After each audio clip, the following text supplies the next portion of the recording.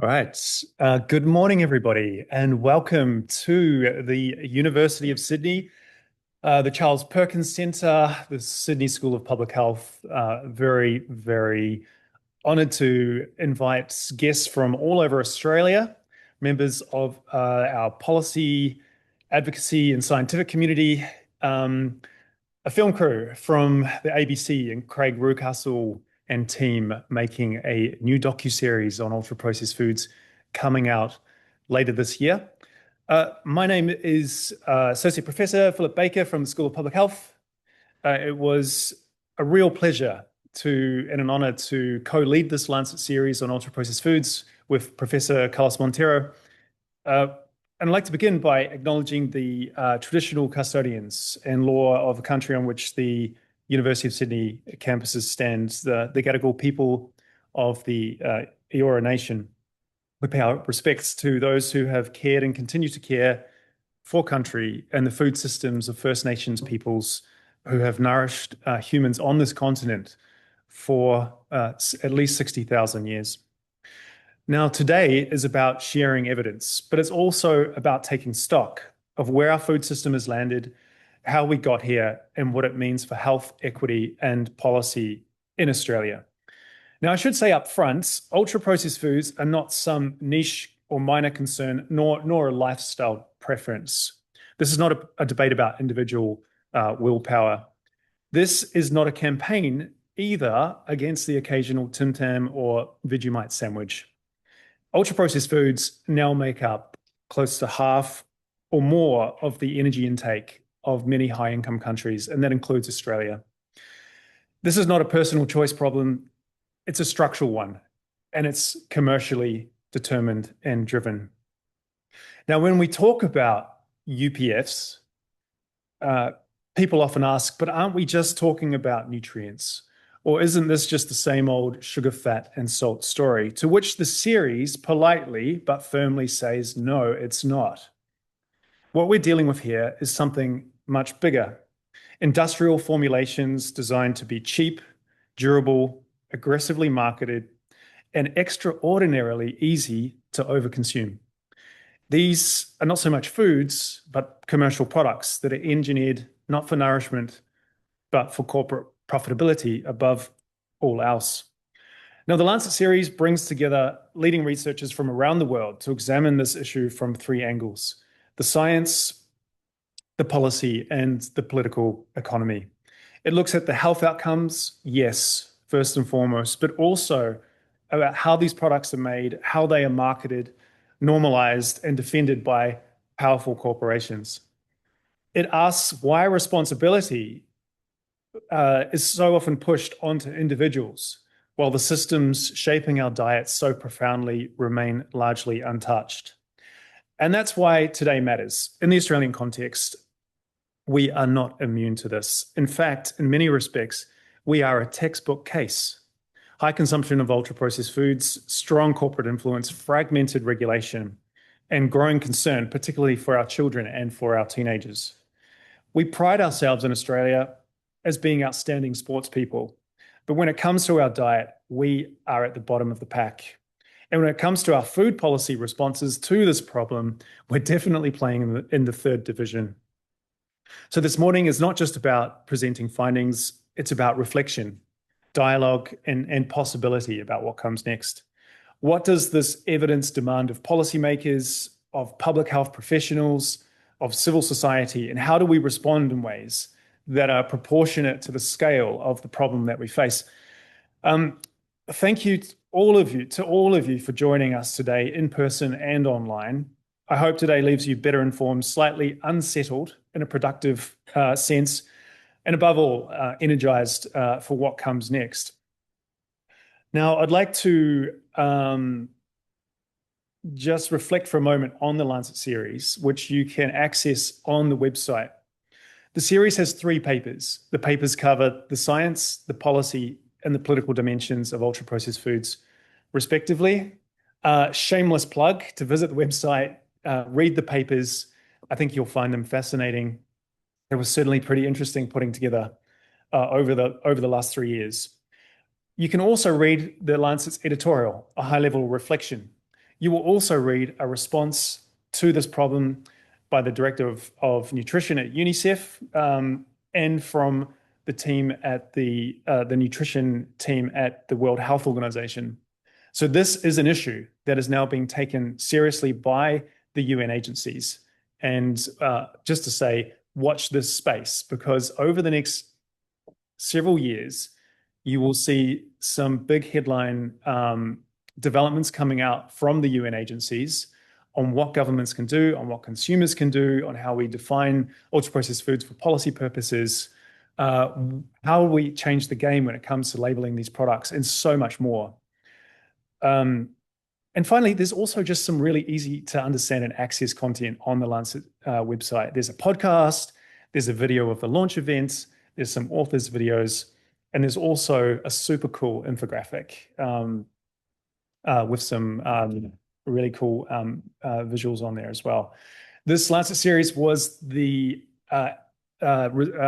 result of 3 years of hard work by 43 collaborators, wonderful human beings from every continent on the planet who have been working on this issue for decades now, from 33 universities from all around the world. I'd like to also tell you that you were all entered into the draw to win a killer bar. The killer bar is described as, let me just read it out in case I get it wrong. Described as Britain's most dangerous health bar. Not only is the killer bar packed with additives linked to cancer, stroke, and even early death, it is also high in saturated fat, sugar, and calories. If you eat too many of these bars, it may give you diarrhea. But with its 19 grams of protein, 27 vitamins and minerals, and over 200 health and nutritional benefits, it also claims to be healthy, exposing the absurdity of our food labeling standards.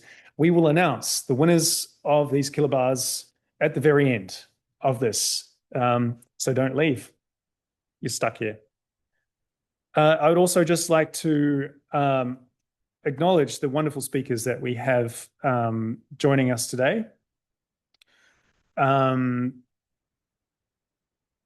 Bringing perspectives from policy, advocacy, and research. And I'm very grateful to each of them for being here, and especially to Dr. Kim Anastasia, or Kim, there she is, for co-organizing this event today, and for Professor Anne-Marie Tho, who will chair the panel later on. And I'll do these and I'll introduce the speakers as we go. Some housekeeping. The bathrooms are at the top of the, go out of the lecture theatre, and they're at the end of the corridor on the left-hand side. We will break for morning tea sometime around 10:30, and we'll break for about 20-30 minutes to have a bit of a conversation and a chat. Welcome to stick around afterwards as well and talk to the speakers if you'd like to. All right, well, without further ado, let's begin. Our first speaker is a great friend and collaborator, Dr. Priscilla Machado, a National Health and Medical Research Council Emerging Leadership Fellow at Deakin University's Institute for Physical Activity and Nutrition. She is without doubt a world-leading researcher on ultra-processed foods and the epidemiology that informs so much of this series. She has had advisory roles for WHO, UNICEF. She's done so much more. I don't have enough time to explain all of that, but Priscilla, welcome.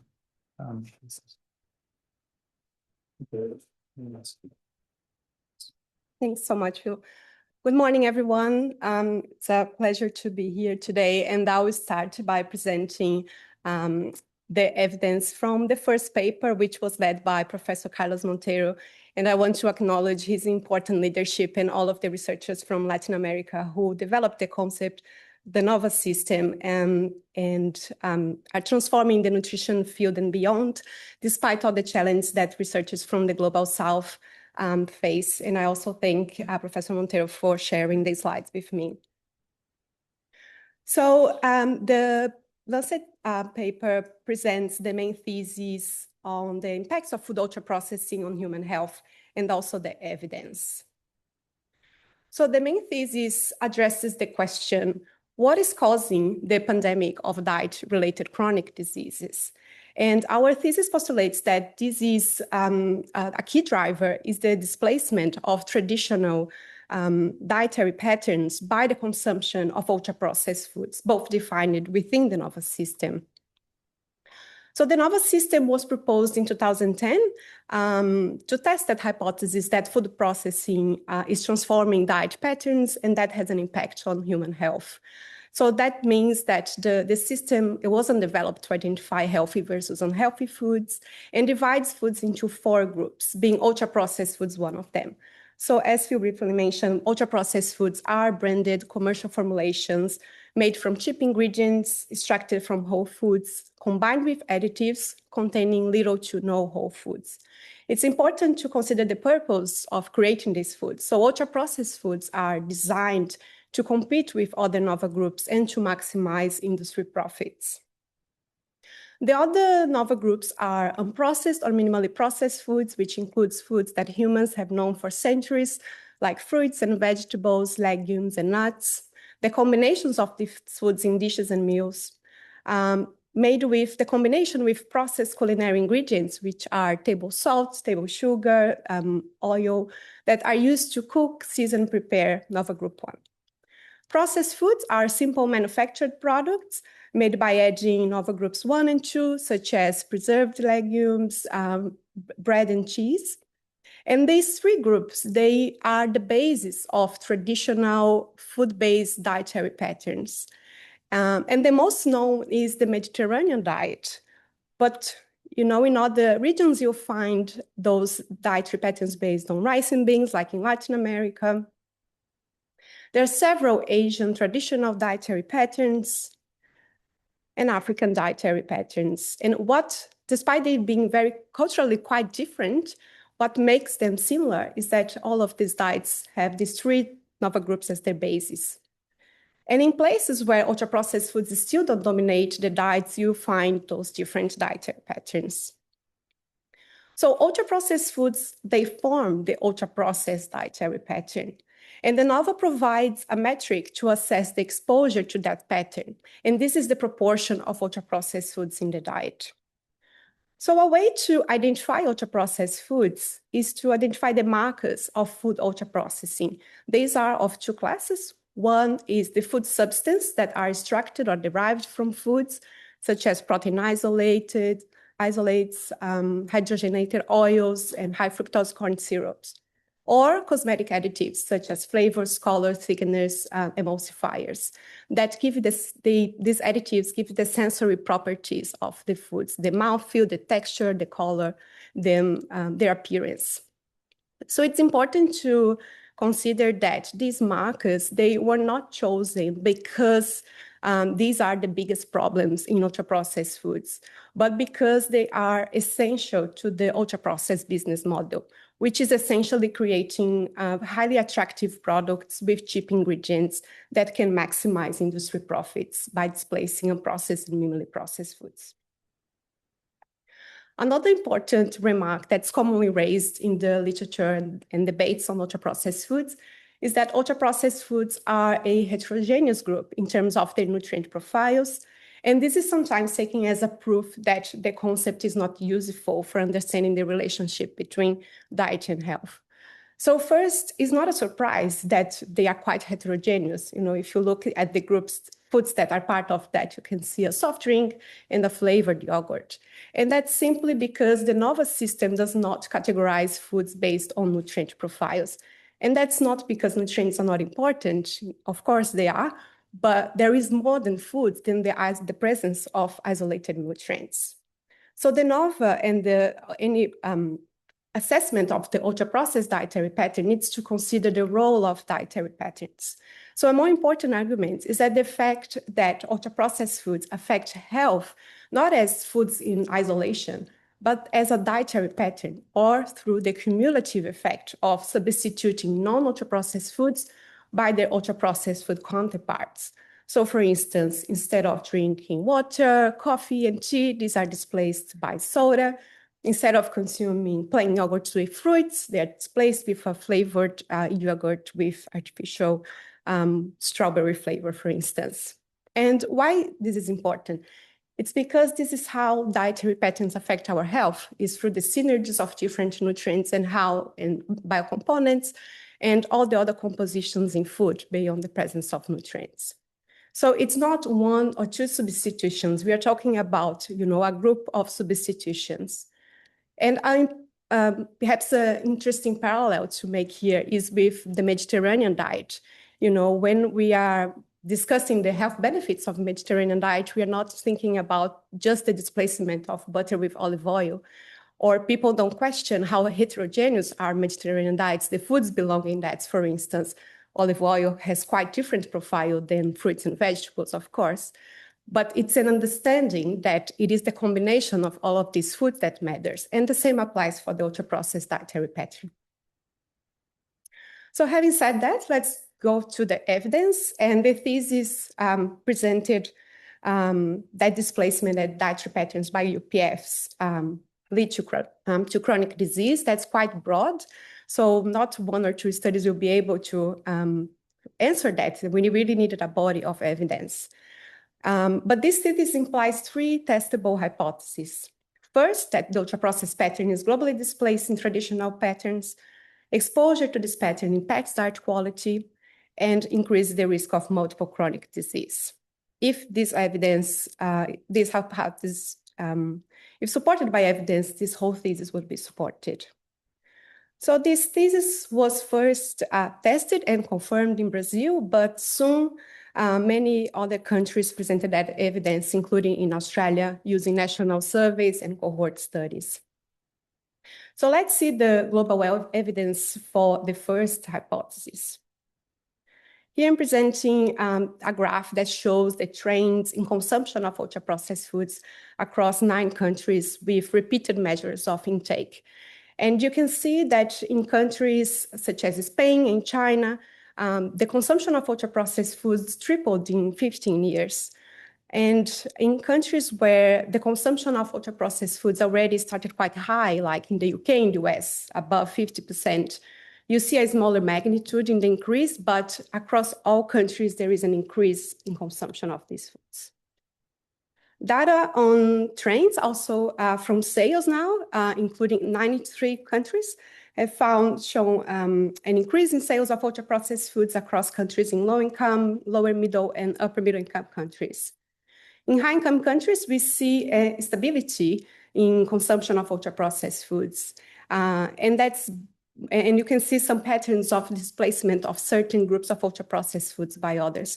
For instance, sweetened soft drinks with artificial sweetener. Australia is one of the biggest consumers of ultra-processed foods globally. And we're using data from the previous 2011-12 National Nutrition Survey. We've shown that ultra-processed foods contribute to 42% of Australians' diet, and this consumption is even higher among children and adolescents. With the new release of the nutrition survey, we'll be able to update these estimates and also assess the trends from 95. We also found that ultra-processed food consumption is higher among people in lower socioeconomic groups, and that the ultra-processed dietary pattern displaced the consumption of core foods as defined by the current Australian dietary guidelines. This is the evidence we have for the first hypothesis, and the second hypothesis is here divided into 3: multiple nutrient imbalances, excess energy intake, and exposure to xenobiotics. And the body of evidence for this hypothesis even bigger.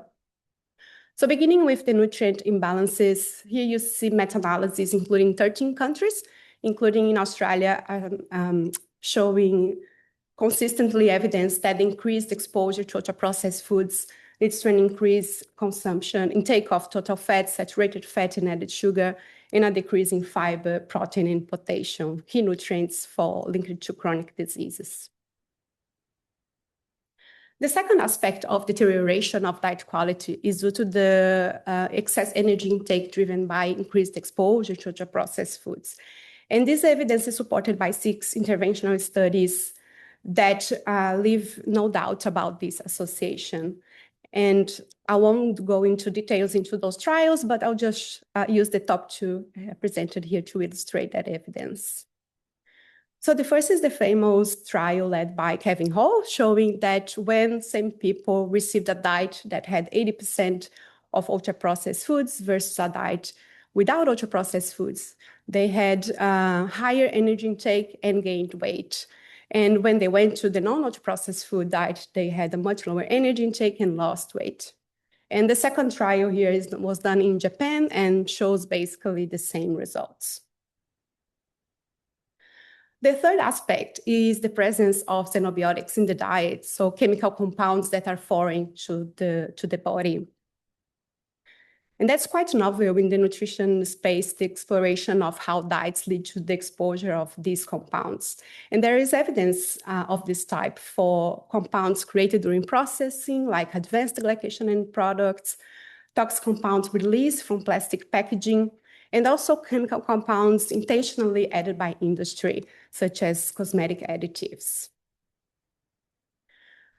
Now, the evidence of the link with chronic disease, as we did a systematic review, including cohort studies, that found that among 104 studies, 92 of them showed an increased risk of 1 or more chronic disease outcomes, spanning nearly all body systems.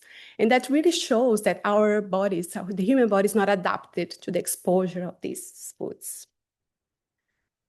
We also did a meta-analysis then, including only outcomes with 4 or more studies. And here we see the confirmation of that evidence for 12 outcomes, including type 2 diabetes, Crohn's disease, kidney disease, depression, and cardiovascular disease. So these are observational studies, and someone may argue that this does not prove causality. But we are not talking about 1 or 2 studies, but 92 studies that show association of ultra-processed foods with a range of health outcomes. But even so, we applied some criteria to tell what is the likelihood that these associations are not just statistical, but they have a causal nature. We applied the well-known Bradford-Hill criteria for causality, and in summary, this body of observational evidence meets the 7 relevant criteria for causality: consistency, strength, temporality, biological gradient, plausibility, coherence, and experiment for body fat mass gain. So in summary, the evidence confirms the 3 hypotheses regarding ultra-processed foods, therefore supporting the main novel thesis that the displacement of traditional dietary patterns by ultra-processed pattern is a key driver for the pandemic of chronic diseases.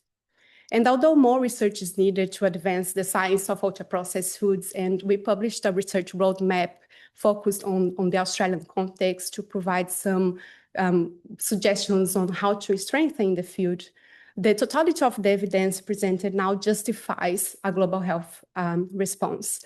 And that's paper 2 and 3 addresses those policy and political actions. Thank you. Thank you, Priscilla. That key point at the end, the evidence base substantiates a causal claim. And we need that causal claim, UPFs cause chronic disease, to justify strong policy intervention. And that's exactly what it does. And to learn more about the policy aspect of this, our next speaker is a great friend and mentor, professor of ecological nutrition at the Institute of Physical Activity and Nutrition, also at Deakin University, Mark Lawrence. Mark has over 40 years of experience as a practitioner and academic in food regulation and policy at national and international levels. He's a former board member of FSANZ, the Australian New Zealand food regulator, leader of the NHMRC Scoping Review on UPFs and Sustainability, and he's also chair of the International Union of Nutrition Sciences Task Force on Ultra-Processed Foods. So he's an absolute guru on this topic. Over to you, Mark. Thank you.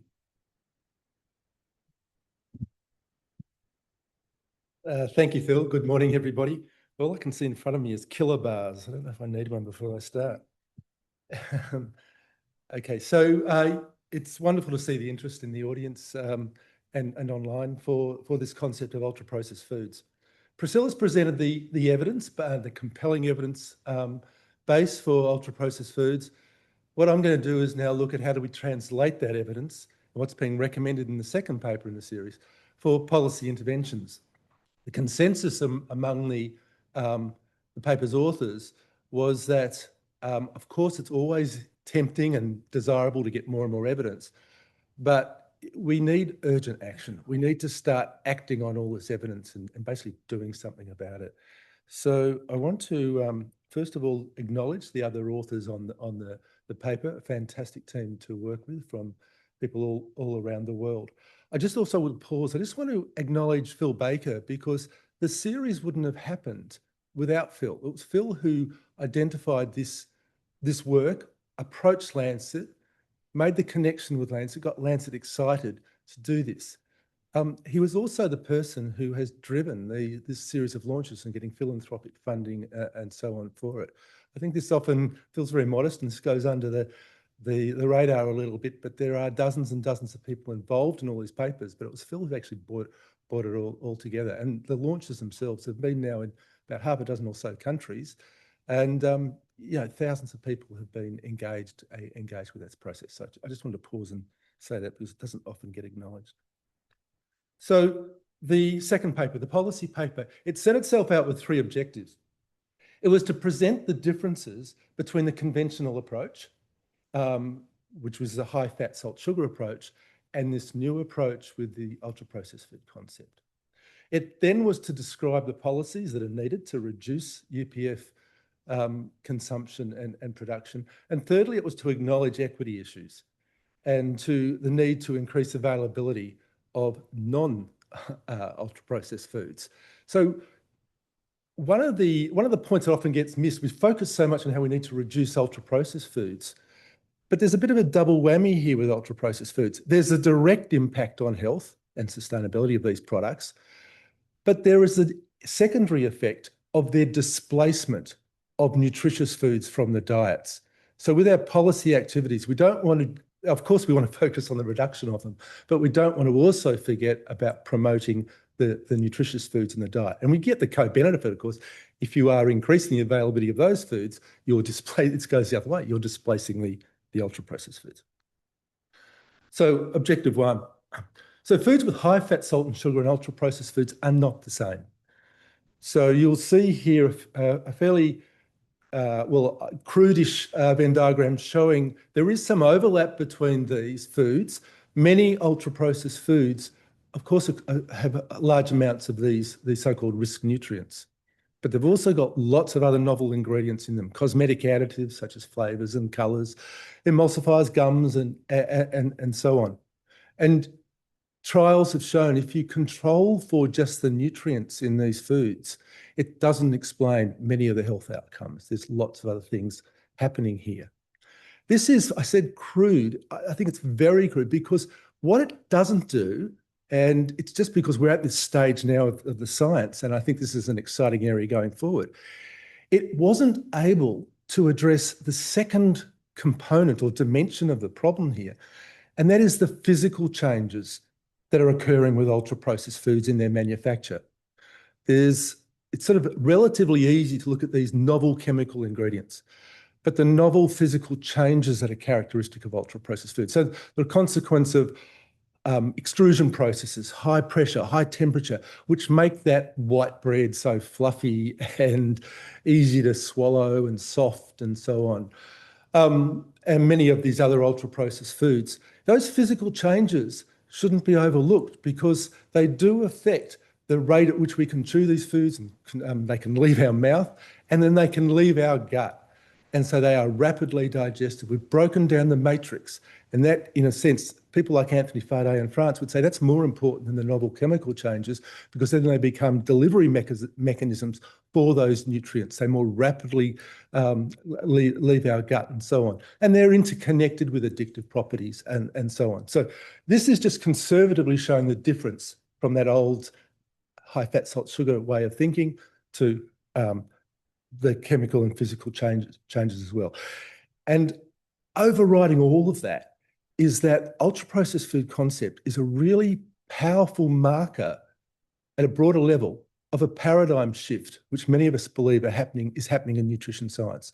Nutrition science is, of course, nutrients are important and always will be, but it's not just about nutrients. And a paradigm shift to thinking in ecological terms, so that we think about food not just in its biological sense, but also its social sense, its environmental sense, it's part of nature and so on. And we are now facing unprecedented exposures to these novel food products, but in unprecedented ways that food has been grown, manufactured and distributed and so on. So looking at nutrition now sort of more broadly in terms of those fundamental changes to food systems, dietary patterns and so on. And against all that, the ultra-processed food concept, as Priscilla has shown, consistently is a wonderful marker of the connections with health outcomes.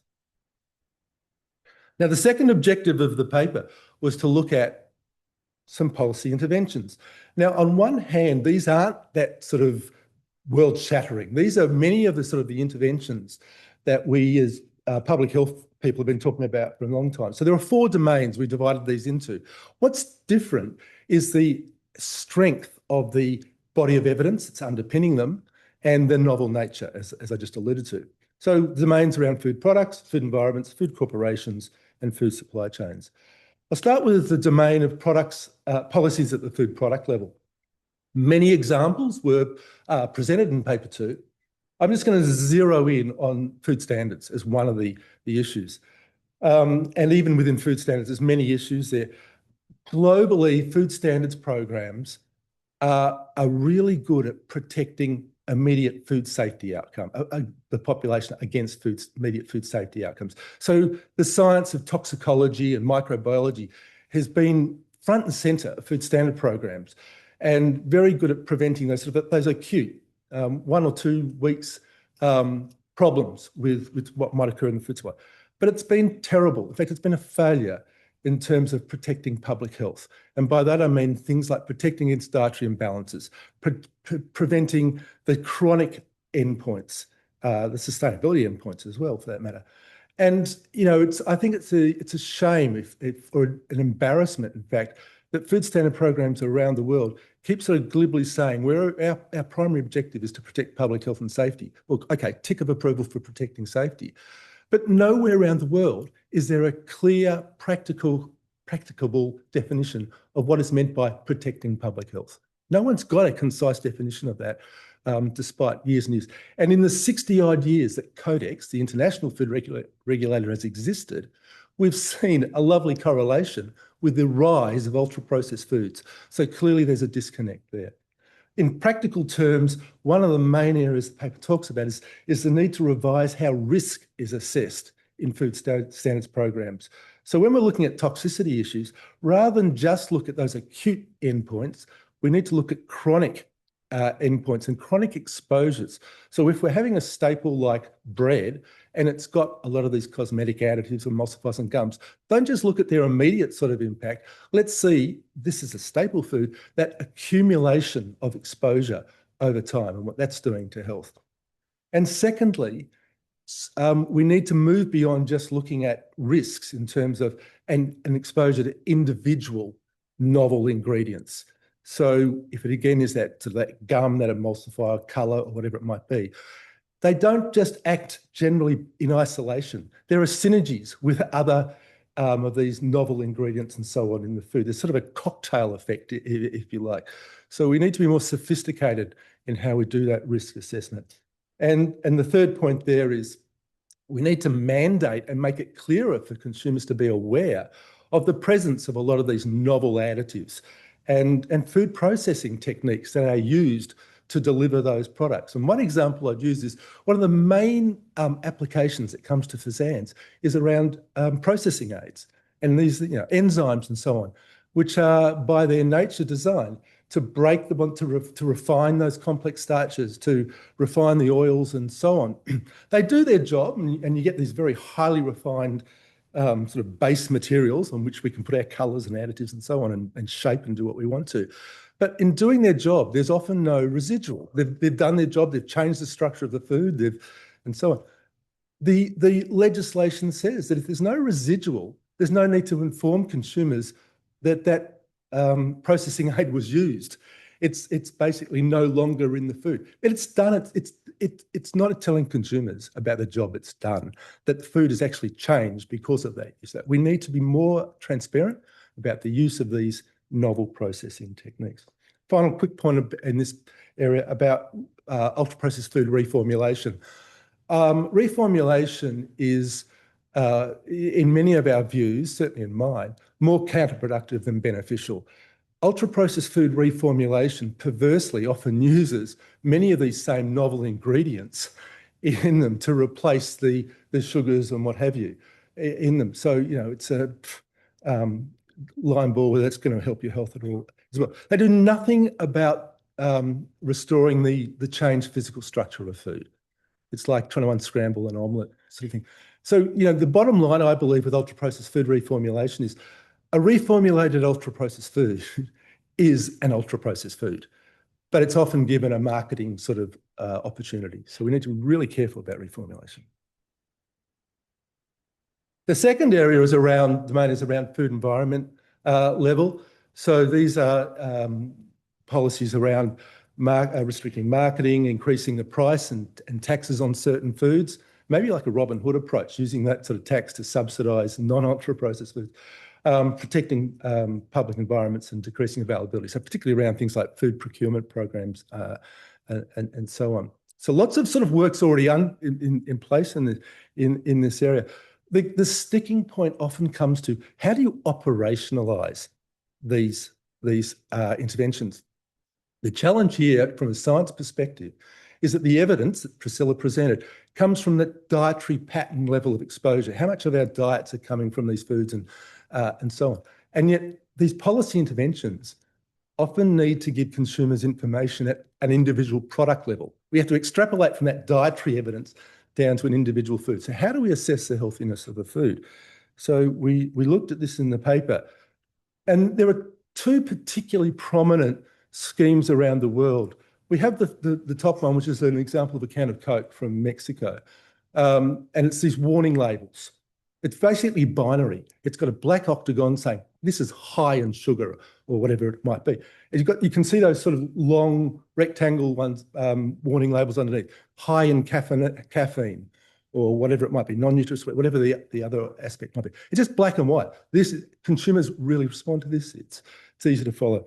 The bottom one is what would be referred to as sort of a ranking system. So you will see this in the Health Star rating system in Australia. Europe's got a sort of a similar scheme called the Nutri-Score system, where we try and compare foods. The paper concluded that evaluation studies have shown that warning labels are the most effective option for discouraging UPF consumption compared with those ranking style options. Now, why? There are three basic issues, I think, to highlight here going forward. The first challenge we have with these ranking systems is the algorithm on which they're based. Algorithms are a gift or a marketing tool for ultra-processed foods. I know the writing's small there, but what I would point to is that industry just loves gaming an algorithm. They can put in protein fibres, they can put in fibres, they can put in protein isolates and score more. You can see on this label here, they can take out the sugar and put in this case, erythritol. So synthetic sweeteners. And you can just manipulate the scoring of the system. 3/4 of ultra-processed food showing claims are doing so with 2.5 or more stars. The second thing they can do is this idea of switching between foods when you don't tell people whether the food in the first place is an ultra-processed food.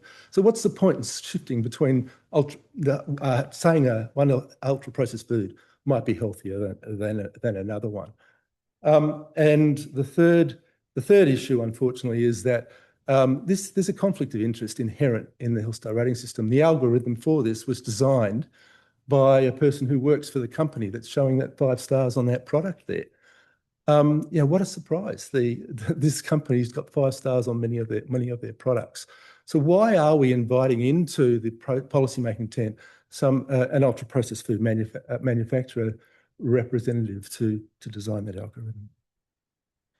There are policies at the food corporation level. I won't dwell on this. Phil is going to talk more about this. I'll just say one point, and that's the third one. They're regulating political power. In the area of food standards that I've alluded to, we need to remove consumer industry interests from the table when these policies are being made.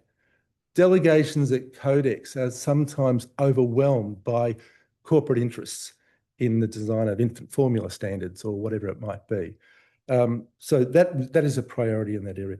And the fourth domain is around food supply chain level. So there are policies, interventions given for agriculture production, trade policies, environmental policies. And I wanted to finish on the equity issue. And there are many great examples around the world that we can learn from. And I'll just mention one, and it's from Brazil, where there is now legislation that in all public schools, 90% of the food procured needs to be from non-ultra processed foods. And the double benefit of this approach is that at least a third of that food needs to be sourced from local small and medium enterprises. So you're getting that economic benefit as well. And finally, we need to avoid in the future piecemeal approaches. We need policies that are joined up, national food and nutrition policies, and we made a big play for this in the paper of all those domains I mentioned being joined up around national coherent policies. Thank you.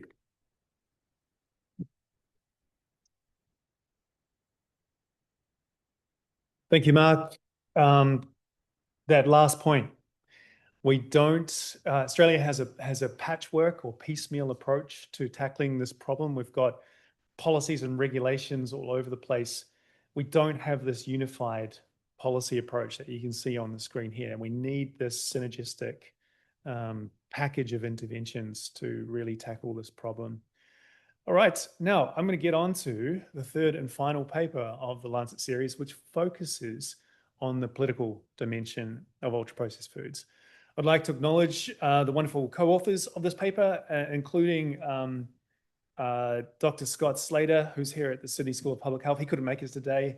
Unfortunately, he's unwell, but Scotty played a really important role through his PhD at Deakin University in doing lots of background studies that supported this work. Paper 3 had two main objectives. The first one was to understand the root causes of the global ultra-processed food problem, focusing not on individual willpower and responsibility and challenging that narrative, but instead focusing on the structural and commercial determinants of the problem. Our goal here is to reframe the problem for a global audience, to understand it in a different way. The second objective is to define the global ultra-processed food problem and to inform strategies for mobilizing a global public health response. How can we get governments, advocates, journalists, families, households all around the world to adopt the recommendations that are in paper 2, policy paper, and truly tackle this problem?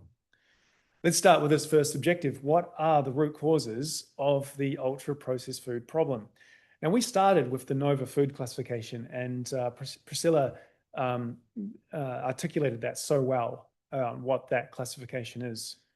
Now, NOVA differentiates foods not just on the extent of processing, NOVA groups 1 to 4, but also by the purpose of processing. Now, the purpose of food processing in human history and society is profound. Processing has been used for thousands and thousands of years to make contributing to food security, allowing us to store grain, for example. It's contributed to nutrition, making nutrients available to us. The fermentation of foods is a good example of that. And it has contributed to our food economies, provides jobs and income. It supports traditional and local food industries, provisioning cultural foods and so on. And finally, it also contributes to culture. All of that delicious food that you find up in Newtown from all around the world in different countries and cultures has a good proportion of processed food in it. Food processing is intrinsic to who we are as humans and to what we eat. Nova makes no argument against food processing. What it says is that when it comes to ultra processing, this is fundamentally different, and it's different in a new way, because the main purpose of ultra processing is corporate profitability above all other goals. And this profitability comes through a couple of different things. One is you use super cheap industrial ingredients, the soy, the corn, the wheat, the sugarcane. You extract ingredients from those industrial commodities, which are very cheap to procure for the companies. You mix those together in a formulation with sugar, fat, and salt, and cosmetic additives, the colorings, the flavorings, the emulsifiers, to make the food super tasty, which makes people consume more of it, which is good for sales. And then you use your huge amounts of profits to pump huge amounts of money into marketing campaigns that socialize and normalize and generate consumption. All of these things combined make ultra-processed foods ultra profitable. So Nova, unlike other food classifications that have come before it, also foregrounds powerful corporations, business practices, and financial imperatives that drive this problem. And this, we say in the third paper, is absolutely essential to understand and for policy to respond to. We tested that the idea put forward by Nova that ultra-processed foods are for profit, the main goal is profitability. We looked at the financial performance of all food corporations listed on the US stock exchange, including US and transnational food corporations. These are corporations from primary processing, retail, agricultural inputs, as well as UPF manufacturers.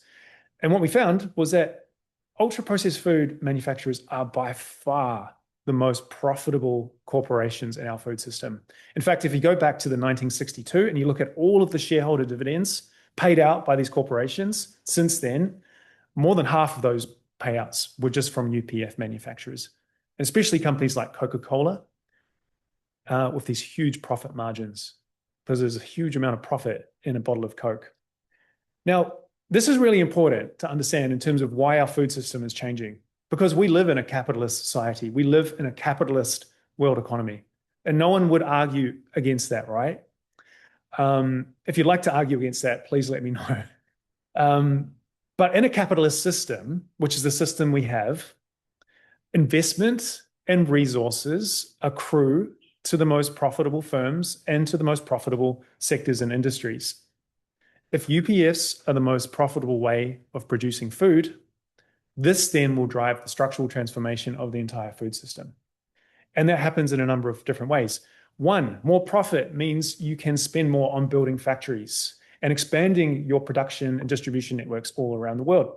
Two, more profit means you can spend way more money on marketing your products. Coca-Cola, Pepsi, Mondelez, just three companies spending close to 17 billion US dollars every year. That's probably a conservative estimate, but that figure for those three companies, 4 times the operating budget of the World Health Organization. It's a remarkable amount of ideological power in our food system.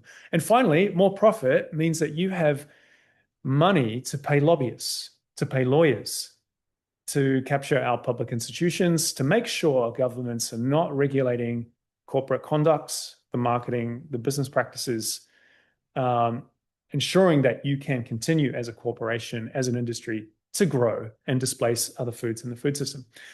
Now, we conceptualize the UPF industry as comprising at its core these manufacturers, which counted for about 42% of the sector's assets in 2021. It includes like production facilities, trademarks, trademark brands, intellectual property, and so on.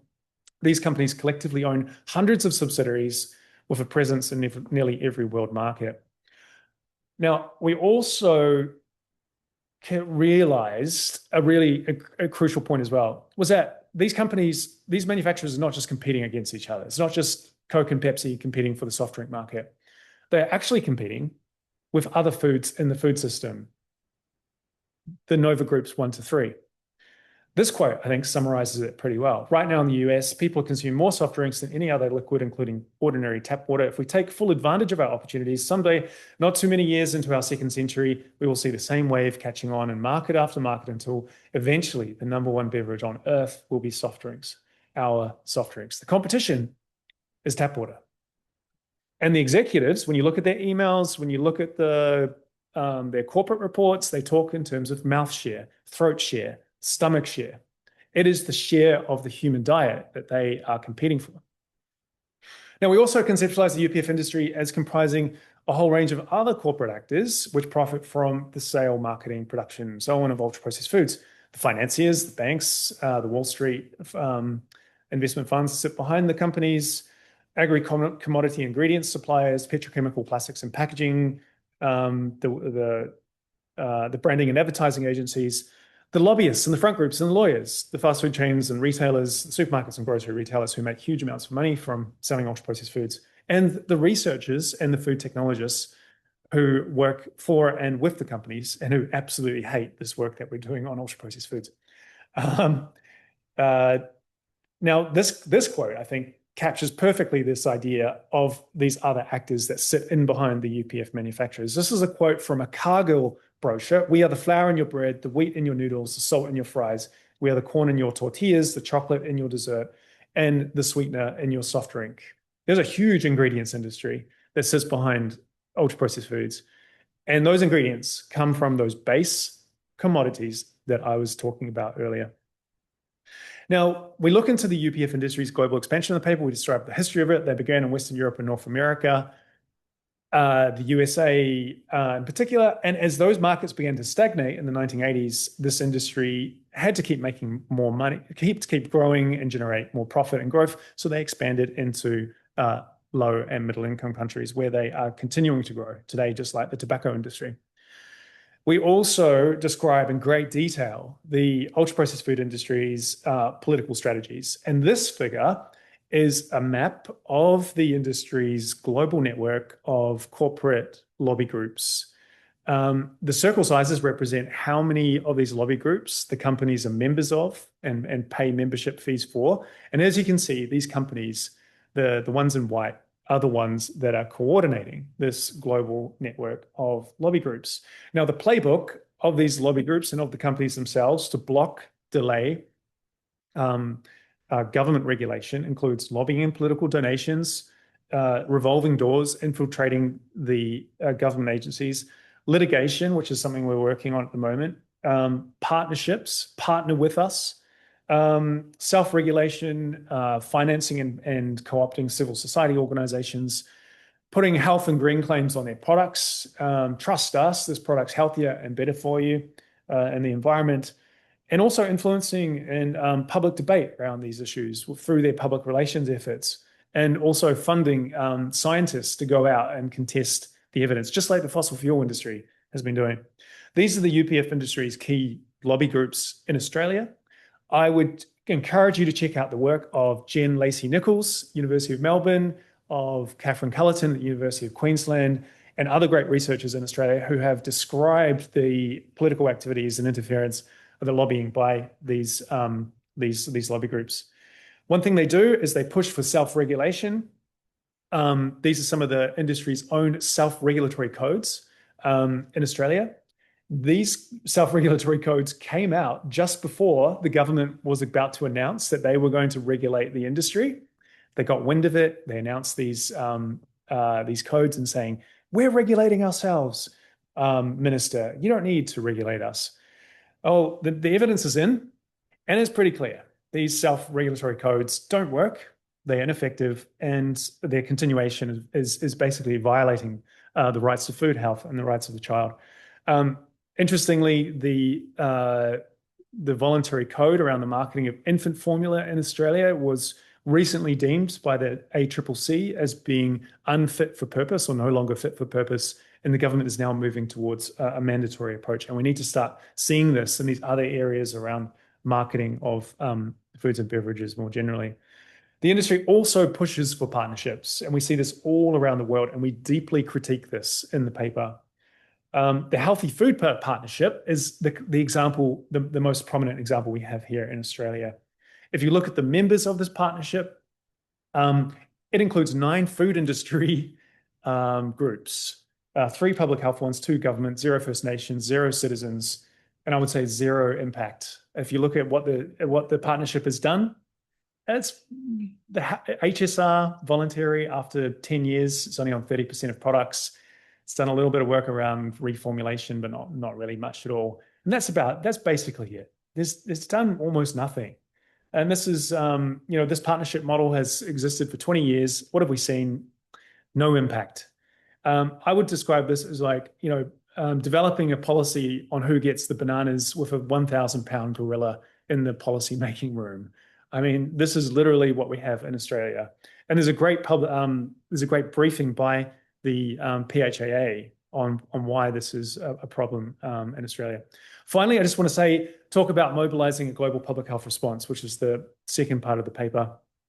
Why now? Well, there has been a massive surge in the attention to ultra-processed foods globally in the media, going to about 7,000 articles a couple of years ago. This year, we think that's gone, it's probably almost doubled in size.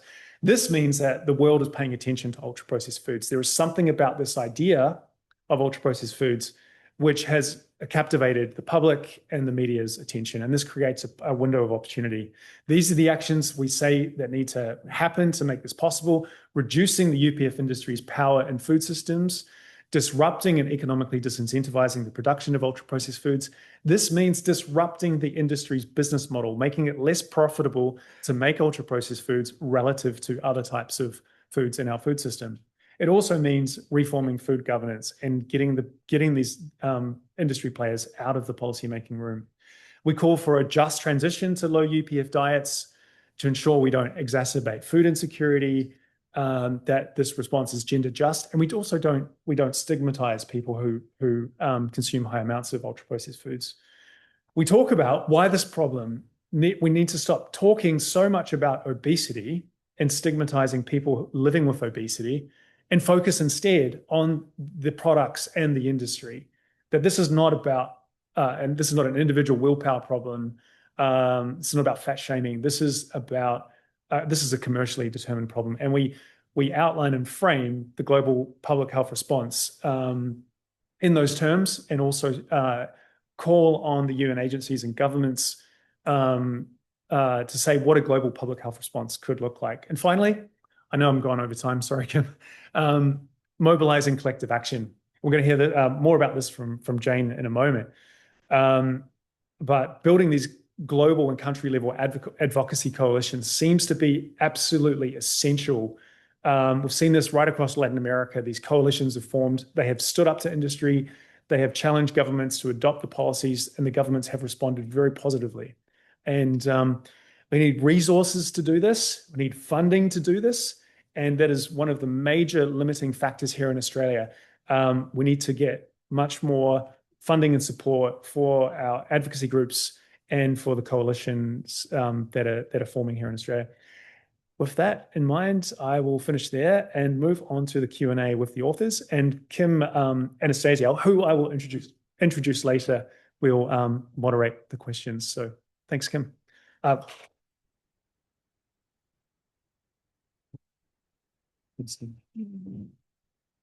Thank you so much, Phil, Mark, and Priscilla. That was amazing hearing about the policy, politics, and health impacts of ultra-processed foods. I'll give you guys this, I think, to pass between you two. And I've got 2 brothers I'll just get you guys to use this and you pass that on to Naomi. So we will take a few questions. I'm conscious that we are running a few minutes over time. We'll probably just cut into morning tea a fraction. I want to make sure we've got time for questions and maybe morning tea by about 5 minutes. Welcome to have, we might take a few questions at once. I'll just note that we do have ongoing conversations, obviously, after morning tea with presentations about equity, justice, and environmental sustainability. You're more than welcome to ask questions pertaining to that now. We'll dive into those issues in a much more deeper way after the break. So just keep that in mind. Any questions? Obviously, no, prefer to keep it to questions rather than comments. Please pop your hands up. We're keen to hear them for our fantastic presenters. And we'll take maybe 2 or 3 at once, so please pop your hands up.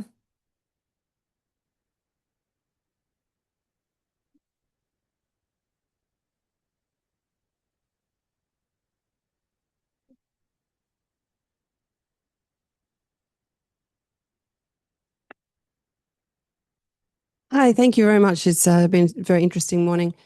I just wondered if there's ever been any discussion in Australia with regards to the Scandinavian system of all children sitting down and having a cooked lunch and it being very socioeconomically equal. Has that ever have a chance to fly in Australia, or is that just structurally never going to work? Great. So we'll have a second question next and we'll answer them together. Sure, wonderful work. Thank you. Can you talk a little bit, and I think one of the papers talks about the difficulty of interpreting, right, for policy, NOVA, and thinking about ultra-processed foods. But can you speak a little bit to that, how to recommend that to policymakers who are understanding this concept and then trying to translate it to policy? And a third question for now before we go to our speakers. Yep, at the back there. Hello. Hi, my name's Mike Griffiths. I'm a paediatrician, and it's been a great talk so far. One of the points I'd like to ask is, in clinic, I often talk about what diets children are having, and the parents will come back and say, well, they're having a very diverse diet, Dr. Griffiths.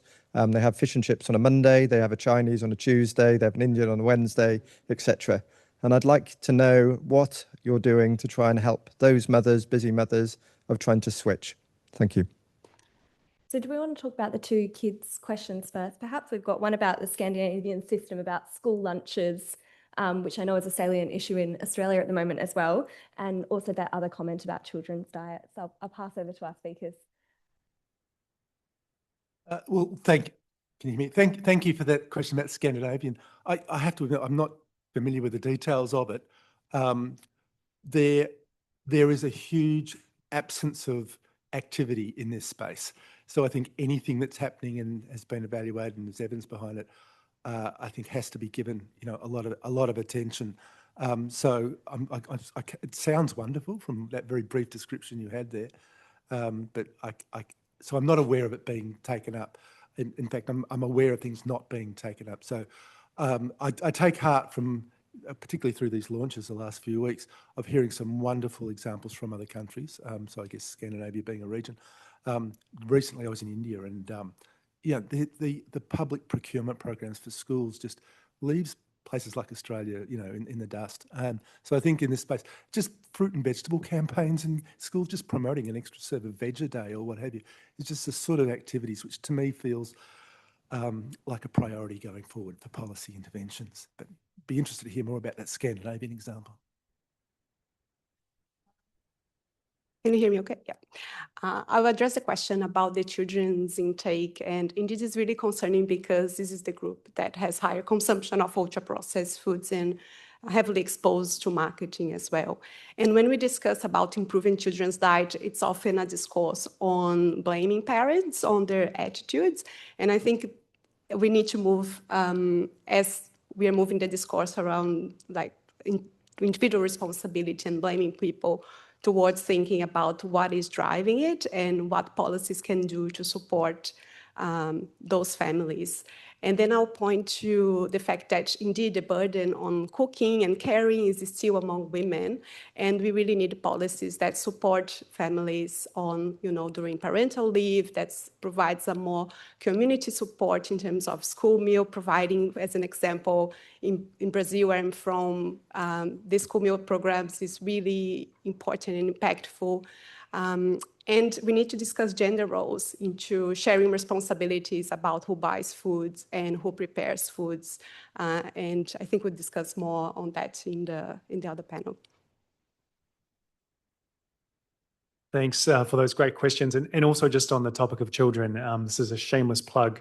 The Lancet series didn't address children anywhere near enough. So we also produced a state-of-the-art review with UNICEF, which was published the month after the Lancet series in December last year. So if you're interested in UPFs and children, check out the state-of-the-art review and last year's UNICEF Child Nutrition Report, which had a really extensive global review on children's food environments. So yeah, great question, Mike. On the topic of policy, that's a really good question. And the second paper in the Lancet series responds to this, I think, with a lot of balance. What we say in the series is this is not about replacing nutrients as the basis of policy. That has been the basis of policy, and especially food regulation, for a long time. But food-based dietary guidelines, have talk about food, and they talk about dietary patterns. And that's what we're talking about in the Lancet series. The ultra-processed dietary pattern is displacing other types of healthy and sustainable dietary patterns. So that's the first thing for policymakers to understand and respond to. But we also need to operationalize this idea of ultra-processed foods into policy and regulation. And at the moment, we have these nutrient profiling models, which are used to evaluate products on a product-by-product basis. And that informs the regulations around marketing, promotion and claims, taxation, school food and public procurement of these foods. These nutrient profiling models are really, really important in that regard. And we are very kind of diplomatic, I think, in the series, because we say that. We say, we're not calling to dismantle this nutrient profiling system. What we're saying is we can add markers of ultra processing to these nutrient profiling models. So if they include the flavorings, the colorings, the emulsifiers, these markers, the non-sugar sweeteners that we call markers of ultra processing, and add those to the algorithms, as Mark mentioned, we can capture a larger number of unhealthy foods, both high in fat, sugar and salt, and ultra processed. And that's going to make food policy and regulation much more effective. I hope that answers. Can I just quickly add to that? So Phil's absolutely right about this idea of bringing in these markers of ultra-processed foods. But what we don't want is then that just to expand the marketing opportunities for ultra-processed food manufacturers. So very concerned about this idea of switching between ultra-processed foods because, hey, we've shown you that this product's got one marker of an ultra-processed food. This one's got two. So go for the one with one. If anything, we're making it simpler for governments and for consumers. It's just a binary approach. Avoid ultra-processed foods. Eat more of the non-ultra-processed foods.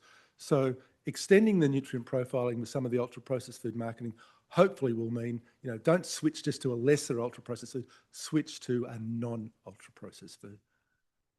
Thank you so much. We'll take maybe another 2 questions.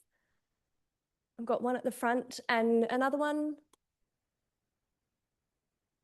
Yep, one here as well. Thank you. Jane? I've got a question from the Zoom questions. There's quite a few here. But a bit about Fazan's, Mark, directed for you. Is Fazan showing a desire to shift to including a chronic focus of toxicity, or does the status quo seem to be the foreseeable future? And I'll just combine another question on that. Given the problem of regulating UPFs, what are your thoughts on regulatory agencies like Fazan's adopting precautionary principles which may protect healthy food systems like breastfeeding rather than just extending risk assessments to include risks to public health? Fantastic. And we'll take one question from Craig as well. Just in terms of you said those warning systems are more effective. You've seen in Mexico, and have they actually led to a change in consumption? Have we seen a drop in consumption? Have we seen changes of patterns because of those? Thanks, Lisa. We'll have really quick responses to them if possible. Okay, Jane's question was big. So look, I think there is the FSANZ is aware of this, and I think that there is a desire to do some reforms, as is Codex. At the end of the day, FSANZ's policies and so on are dictated at a higher level, and so they're sort of bound to work within the mandates they're given. But I think Codex, at least in their 3-year strategic plans, are talking about, yeah, we've got to start reforming. We're no longer fit for purpose for where the current health problems are at. So it's a very quick answer to you. I think there is goodwill, but it's not going to happen in the next 12 months, I'd say. Yeah, on that question of warning labels, that's a really good question. And the great thing about these countries in Latin America is that they are really going for it. Their advocates, their policymakers have been introducing a whole suite of policy actions and interventions, and that includes warning labels. That's where warning labels came from Latin America and have now spread across Latin America, and now hopefully are spreading to other countries around the world. The evaluation studies that have gone on are really good evaluation studies, and they show that these warning labels have all sorts of impacts. One is that they have an impact on the companies. The companies do everything they can to not have these warning labels on their products. They change the food. They also discourage consumption. If you walk into a supermarket in Mexico, as I have quite a few times, you just see these black octagons, and these octagons just say, stop, reconsider your choice. There's a high in fat, sugar, salt, or artificial sweeteners. And the evaluations show that it does impact on purchasing. It impacts on how much marketing the kids are being exposed to, because if products carrying a warning label cannot be marketed and promoted in a number of these countries. And it also has a demonstrable impact on consumption, like how much is actually being consumed. But the important point is, it can't be just warning labels. It's also when you add the taxes. It's also when you add the broad marketing restrictions. It's also when you add the school food procurement and the public procurement policies. It's also when you get the companies out of the policy-making room. That's the core policy package. All of those things work together to drive systems change as the core policy package. Sorry, just quickly again, one last thing. This week was really timely in answer to your question. A paper's come out which has linking ultra-processed food consumption as an addictive consumption pattern. I think this evidence around addiction and the way that these foods are engineered because of their physical change and their digestibility, you just can't stop at one, can you? As well as their chemical. That's going to, I think, put a lot more momentum behind a warning label type approach that we saw with tobacco and so on. I'll just add about the political appeal of warning labels, because often the discussions on regulating food is around the food environment. So when you think about political acceptability, the discussions on labeling are quite, more feasible. And that's also why there wasn't a window of opportunity to make change by including the warning labels in Latin America. But of course, just reinforcing that it's not in isolation, and the effects on consumption cannot be assessed just from the effects of warning labels, but the combination of synergistic policies, including marketing restrictions and the restrictions of sales of ultra-processed foods in schools and so on. Thank you so much to our fantastic speakers this morning, and really appreciate all of you on the series. Well done. We will just take a short morning tea break just up in the foyer. Meet back here for a restarting at 10:30 sharp. Thank you so much, and see you back here very soon.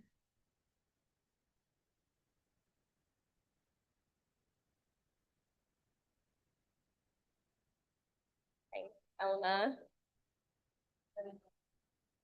That was great. That was so good. Yep.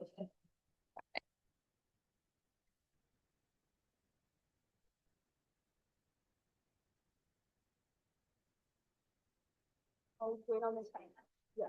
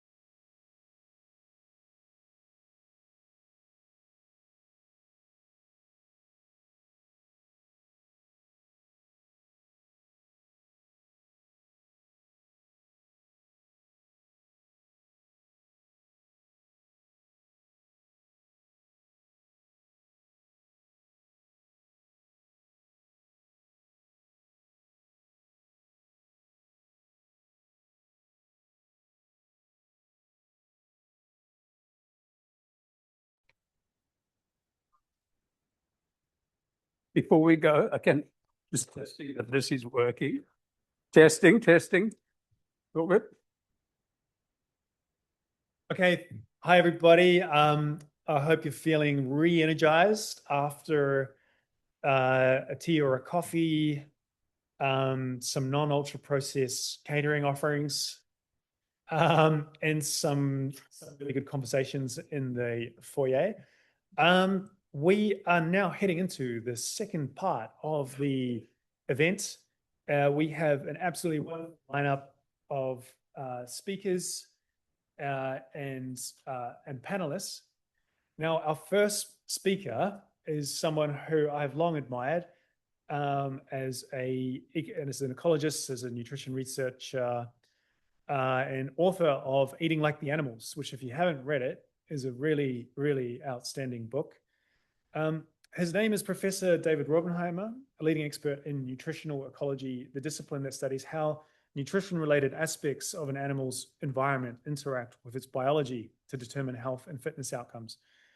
The studies of insects, fish, birds, and a variety of mammals have helped develop a new approach to human nutrition-related problems, including the dietary causes of obesity. He is the 2022 Eureka Prize for Excellence in Interdisciplinary Research winner and the winner of the World Obesity Federation Wertheimer Award in 2023 for obesity research. Please welcome David Robenheimer.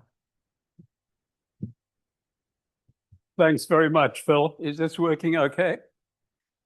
Okay, we're going to change gear now a little bit, but hopefully, as you'll see, I'll be building on the stuff that we've spoken about in the earlier parts of the session. So as an ecologist, what strikes me most about looking in on the UPF scene in human nutrition is the dearth of policy action, given the overwhelming evidence that we've seen exists and also the opportunity for having identified policy pathways for dealing with this. Now, this is in no small part, as we saw, due to uncertainty around the mechanistic evidence supporting the associations that have been so well characterized. As many people have pointed out, and is vividly illustrated in that example of just one of the outcomes that has been strongly associated with UPF consumption, which is obesity. This lack of mechanistic uncertainty is derived in no small part from the complexity of nutrition. So, for example, you can see if we're tracing mechanisms, any mechanism you care to point to within the obesity system is intimately interlinked with many other mechanisms. And what this gives rise to, in my mind, from the perspective of ecology, is whether we don't need to be thinking differently about causal mechanisms in the human UPF system. So what I'm going to do today is speak about an approach that we've developed in ecology for dealing with very similar problems of complexity in ecological food systems or in ecosystems. One of the key distinguishing features of this approach is that we think about causal mechanisms as being not located specifically within the biology of the animal, but being located within the interaction of that biology with its food environment, which is a significant shift in the way that we conceptualize causal mechanisms. We found that to investigate these causal mechanisms, it's really important, not just, even though nutrition plays a central role, not just to investigate them in terms of nutrients, but in terms of all of the levels within the dietary hierarchy, nutrients, foods, right up to dietary patterns. And the second thing that we found is essential is when we're thinking about nutrients, not to think about single nutrients, but to think about nutritional mixtures. Together with my colleague here at the University of Sydney, Steve Simpson, we've developed an approach called nutritional geometry that we use for implementing this ecological systems approach to understanding nutritional systems. And what I'll speak about today is very brief overview of the way that we've been applying this approach specifically to the human obesity system in relation to ultra-processed foods. What I'm going to do is the talk's going to follow the structure, starting with a little bit on how we think about mixtures. We're going to transition to foods and ultimately to dietary patterns. So starting with how we deal with mixtures, it's a very simple but a very powerful approach where what we've done here is plotted the compositions, macronutrient compositions of a large number of experimental diets from research investigating the relationship between macronutrient mixtures and spontaneous energy intake in humans. So to interpret these graphs, it's very simple. They're just visual maps. Protein in those mixtures increases in that way. Fat increases in that way, and the only tricky bit is that the percentage of carbohydrate within that mixture increases across those diagonal lines there. So it's just a spatial interpretation you need, not a geometric one. What we can then do is start superimposing on this mixture plot various important things in nutritional biology. For example, the recommended contributions, proportional contributions of macronutrients to, in this case, the Australian and New Zealand diet.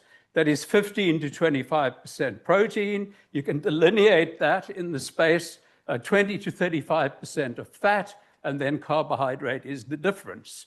And what we've now done is we've located a region in that space within which any diet that exists is balanced with respect to the recommendations, and outside of that space, the diet is imbalanced.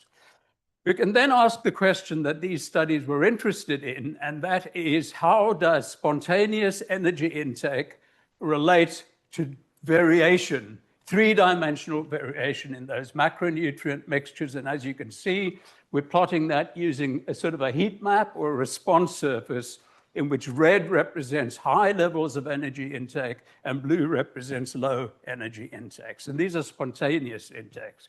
The subjects could eat as much or as little of the diet of fixed composition as they liked. We can then ask, well, for those subjects, what is energy balance? The equilibrium energy intake, which is the energy intake that matches energy expenditure, and you can plot that as a number on the graph as I've done there, and identify regions in the map where this model predicts we will overeat energy relative to expenditure, and regions in which we will undereat energy relative to expenditure. Gives rise to the question of why do we see this relationship between decreasing percentage of protein in the diet and increasing spontaneous energy intake. The reason for that is something that we've looked at in a large body of research here at the University of Sydney, and that is the way that human appetite systems work. So to illustrate, I've plotted that here in a way where the x-axis is percentage protein, same as what we're seeing here, but on the y-axis, I'm plotting the absolute amount, that is kilojoules of protein eaten and fat and carbohydrate eaten. The main thing to notice is how, across a wide range of protein densities, protein intake remains the same. But in order to maintain protein intake similar, our regulatory systems necessarily have to increase fat and carbohydrate, hence overall energy intake. We've called this characterization, just to illustrate how that works, so that if we were eating in this model a diet of 30% protein, we'd eat that much protein and that much fat and carbohydrate. And if we ate one of 10% protein, similar amount of protein, but much more fat and carbohydrate to maintain that protein intake constant. And we've called this the protein leverage mechanism of energy intake that we see in humans, but not just in humans. This is something we've seen in our research across a wide range of related primate species, including our closest living relatives, the chimpanzee. So this helps us explain why it is, or this might help us to explain why it is that we might overeat energy, and frame it in a way that I think is really important in the human nutrition scene. And that is, it's not because there's something defective about our biology. We can see our biology is unchanged over millions of years relative to all these other species, our ancestral species that we've studied. but it's because of something that's happened within our food environment to dilute protein. So this gives rise to important public health questions. The first of those is, well, do we see similar things outside of experimental laboratories in the real world where we all eat and stay healthy or don't stay healthy? And the second is, if we do see similar things, can we identify the foods that are the at-risk foods, the ones that fall in that high-risk area of low protein, high energy intake? The first of those questions is unequivocally yes. This is a model of the Australian Health Survey data showing how remarkably similar the dynamics are to what we see in randomized controlled trials in human subjects. For the second question, what we can do is we can go and look at the compositions, the macronutrient compositions of Australian foods, which I've done there, identify those that fall within the high risk region, isolate them from the database and superimpose them on our model.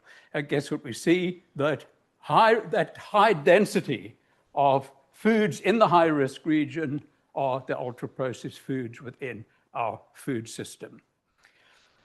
So we can then address, we've got another link through which we can address related questions. For example, what might be the nutritional causes of us selecting those foods that are so off balance? And we can do stuff, for example, this is experimental data associating palatability of different macronutrient mixtures and plotting it on the surface, and you can see that there's a very high correspondence between the compositions of ultra-processed foods in the Australian food system and the peak palatability of the bliss point region in nutritional terms. Or you can look at socioeconomic factors where you can see that protein is the most expensive of the macronutrients in our food system, and that price difference is another factor that might drive us to the left of the plot and explain why we tend towards eating low protein foods.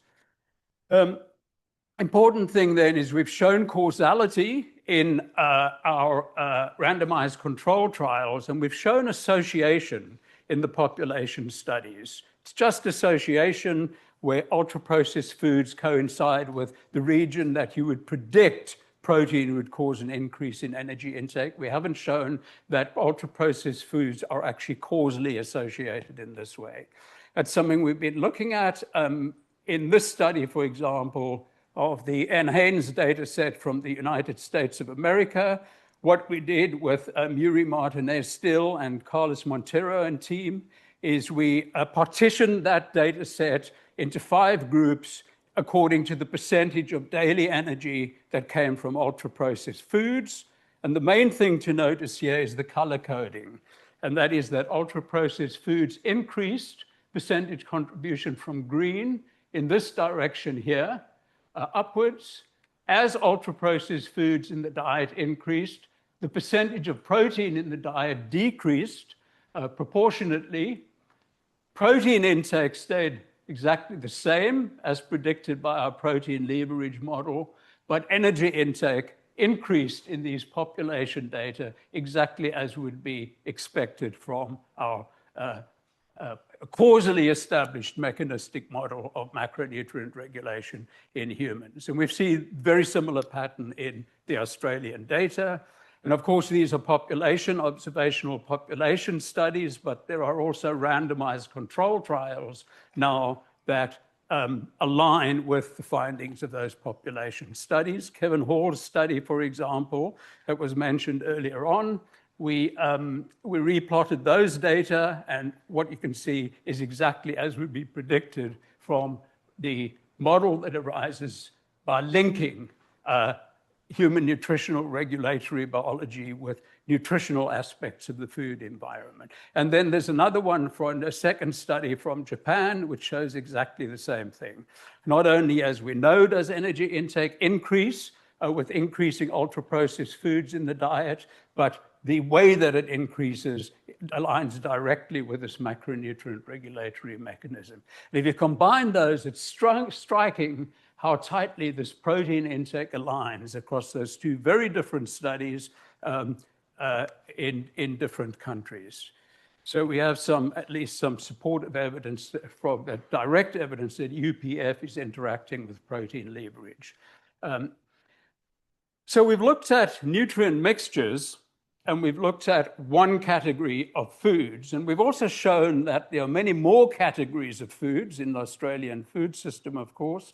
And the next issue is, how do these ultra-processed foods combine with these other categories to give rise to dietary patterns, which are associated with many of the important outcomes and also many of the important causes driving the ultra-processed foods crisis. Now, to examine that, I'm recycling the same models I'm recycling to describe diets and dietary patterns, but this time, rather than labeling the axes as nutrients, I'm labeling them according to the relative contributions of those different food types to the Australian diet. And this would then allow us to see how variation within that space, in other words, continuous variation within the dietary pattern space, associates with important outcomes like nutritional quality of the diet, socioeconomic factors, environmental impacts, and so forth. And that's what I'm going to show you in the final few slides. Main thing to notice in these slides, because I'll just flash them up very briefly, is that in all cases, minimally processed dietary patterns fall in that region, and ultra-processed dietary patterns fall in that region. That's the key contrast that I want to get across here, is that continuum in shifting across that continuum in dietary patterns. So think about diet quality to begin with.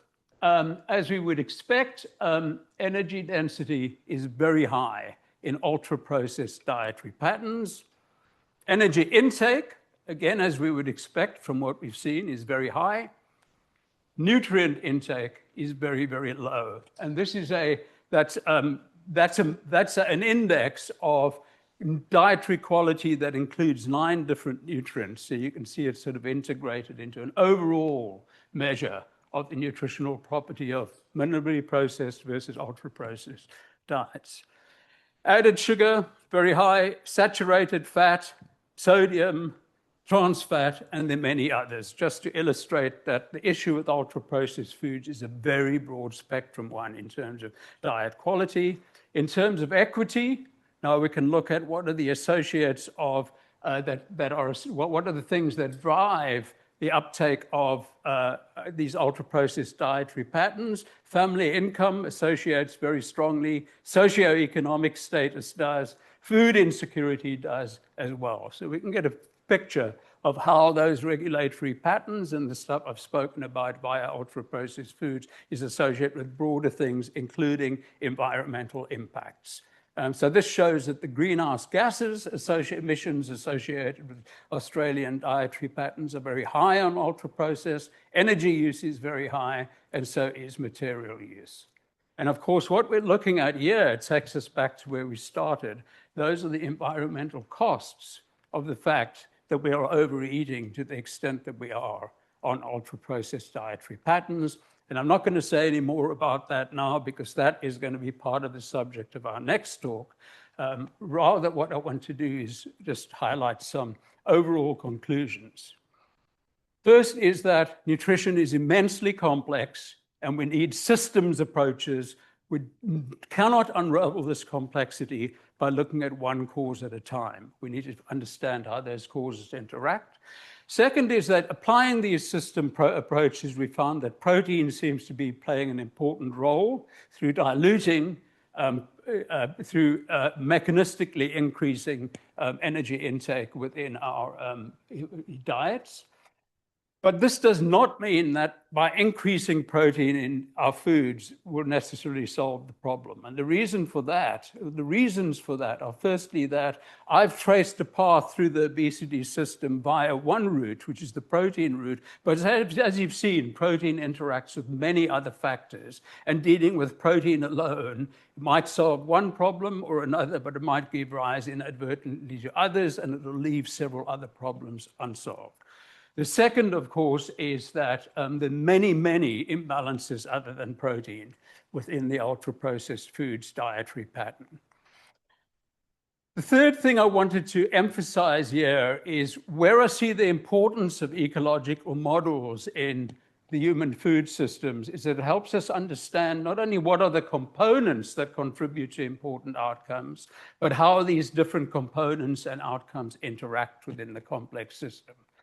And finally, something that has been reinforced through applying these models in our work to the human system that we see in ecological systems as well is that the appropriate level of intervention is not nutrients, not even individual foods, but dietary patterns.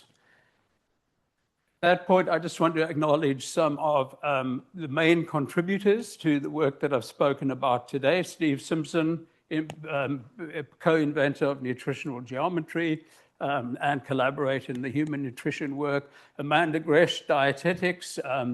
Alison Gosby, who ran the human RCTs, and the team, Manfred Lenzen and Naboda and Mengyu, who collaborated in the final plots associating particularly environmental and economic outcomes to dietary patterns.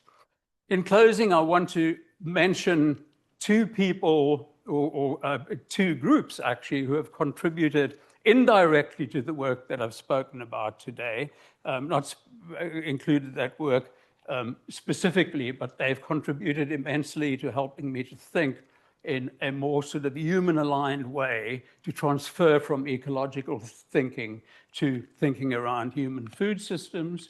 One of those is my social sciences collaborator, Juliet Bennett and Alex Broom, and the other is Jonathan Scholl from Bordeaux, who I'm working with on complexity and causality in relation to nutrition. Thank you very much.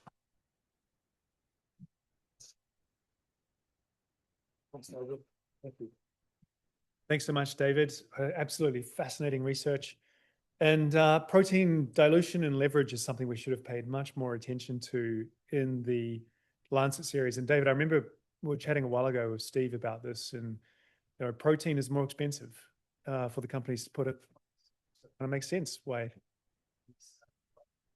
But also, they're very lightweight products, and the water has been removed from UPFs. You can cram in much more fat and carbohydrate into them as well. So this nutritional geometry is so powerful in helping us to explain why UPFs are taking over and why we eat so much more of them. All right, our next speaker is going to talk about the environmental dimension of ultra-processed foods. She is an absolutely amazing researcher. I've learned so much from her work. Her name is Dr. Kim Anastasiou. She's a dietitian, a public health researcher and research fellow at the School of Public Health, University of Sydney, and a lecturer at the University of Adelaide. Her work examines how food systems shape health, environmental sustainability and equity, and especially the environmental impacts of ultra-processed foods. She currently serves on the executive board of Healthy Food Systems Australia. She's a rising leader for healthier, more equitable, and more sustainable food systems. Please welcome Kim.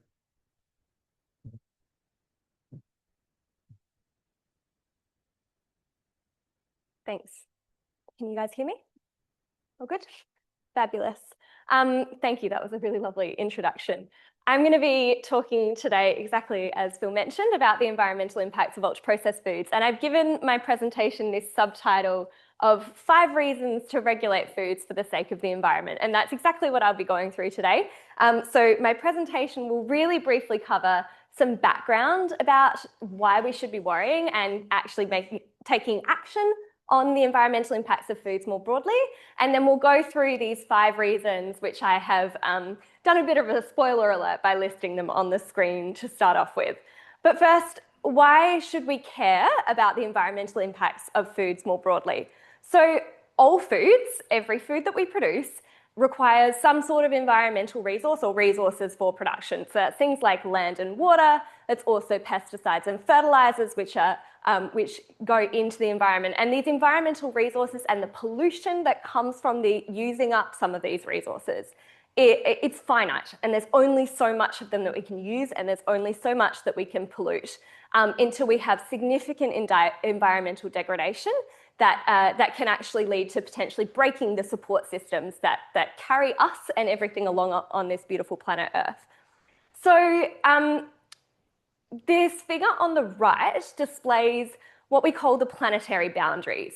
So the green circle in the middle, which is, hopefully you can see the green circle in the middle, indicates the safe operating space. Now, this concept is basically describing the point up to which we can use resources and pollute or generate pollution before we actually risk breaking the systems that support life on Earth. Now, all of the pieces on the pie chart up there indicate how much of these resources that we've used up or polluted so far. They're way beyond that green circle. So what this is telling us is that we're using way more resources and we're polluting way more than our planet can actually take. Now, contributions from food systems is everything that is dotted. So all of those sections of the pie chart that are made up with dotted areas, that's what comes from food systems. It's significant. So what this is telling us is that food systems are playing a huge role in pushing us beyond these planetary boundaries, and that without reorienting them and thinking about how we produce foods and what foods we're producing and prioritizing them for the foods that we actually need, we're going to, we have to do that in order to protect our planet and meet things like the Paris Agreement. We actually can't meet climate targets without addressing the food system. The same is true for biodiversity targets and a series of others. This finding is actually quite unsurprising because we've known for a while now that, like I said, food systems are a major drain on our environmental resources. So we know food production, consumption and waste is responsible for around 1/3 of global greenhouse gas emissions, about 70% of fresh water use. It's the largest driver of land and marine ecosystem biodiversity loss, and it threatens freshwater and marine ecosystems through the excessive use of nitrogen and phosphorus-based fertilizers. Now, like I started off with, all foods require environmental resources for their production, different amounts depending on what food it is and how you're actually producing the food. But like I said, we actually really have to think about prioritization. And we need to think about, given the scale of the issue, we have to attack it from lots of different angles. So of course, we know about reducing meat and dairy. We also know about changing agricultural production systems. But we know that those things are actually not enough to bring ourselves back down to that green circle. So this brings us to our first argument, and this is, I would say, the core argument relating to why we need to think about ultra-processed foods in terms of the environment. And that is that ultra-processed foods are an unnecessary use of these very finite environmental resources. And that's because, as we've heard all morning so far, they don't form the foundation of a healthy diet. And we need to prioritize these scarce environmental resources that are super precious to us for foods that are essential to sustain us on this planet. Okay, so it's not just that. We know that this could potentially significantly improve the environmental impacts of our food systems because people have quantified how much of our diet-related environmental impacts come from ultra-processed foods. Now, they've done this in other countries, and unfortunately, the data that we have here in Australia is based on the discretionary food concept, which is not the same as ultra-processed foods. And as Mark mentioned earlier, there is an overlap around 66%. But this gives us an indication that the environmental impact of ultra-processed foods in the Australian diet is likely to be quite large.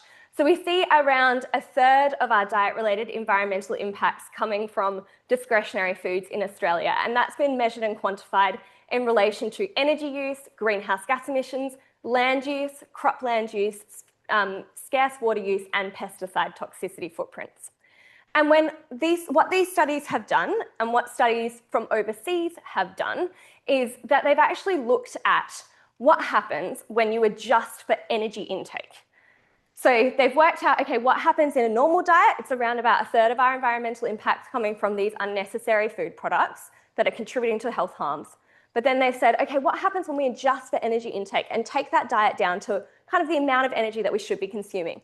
And what these studies consistently show is that overconsumption, and this is what David was just talking about, is a key driver of the environmental impacts of these food products.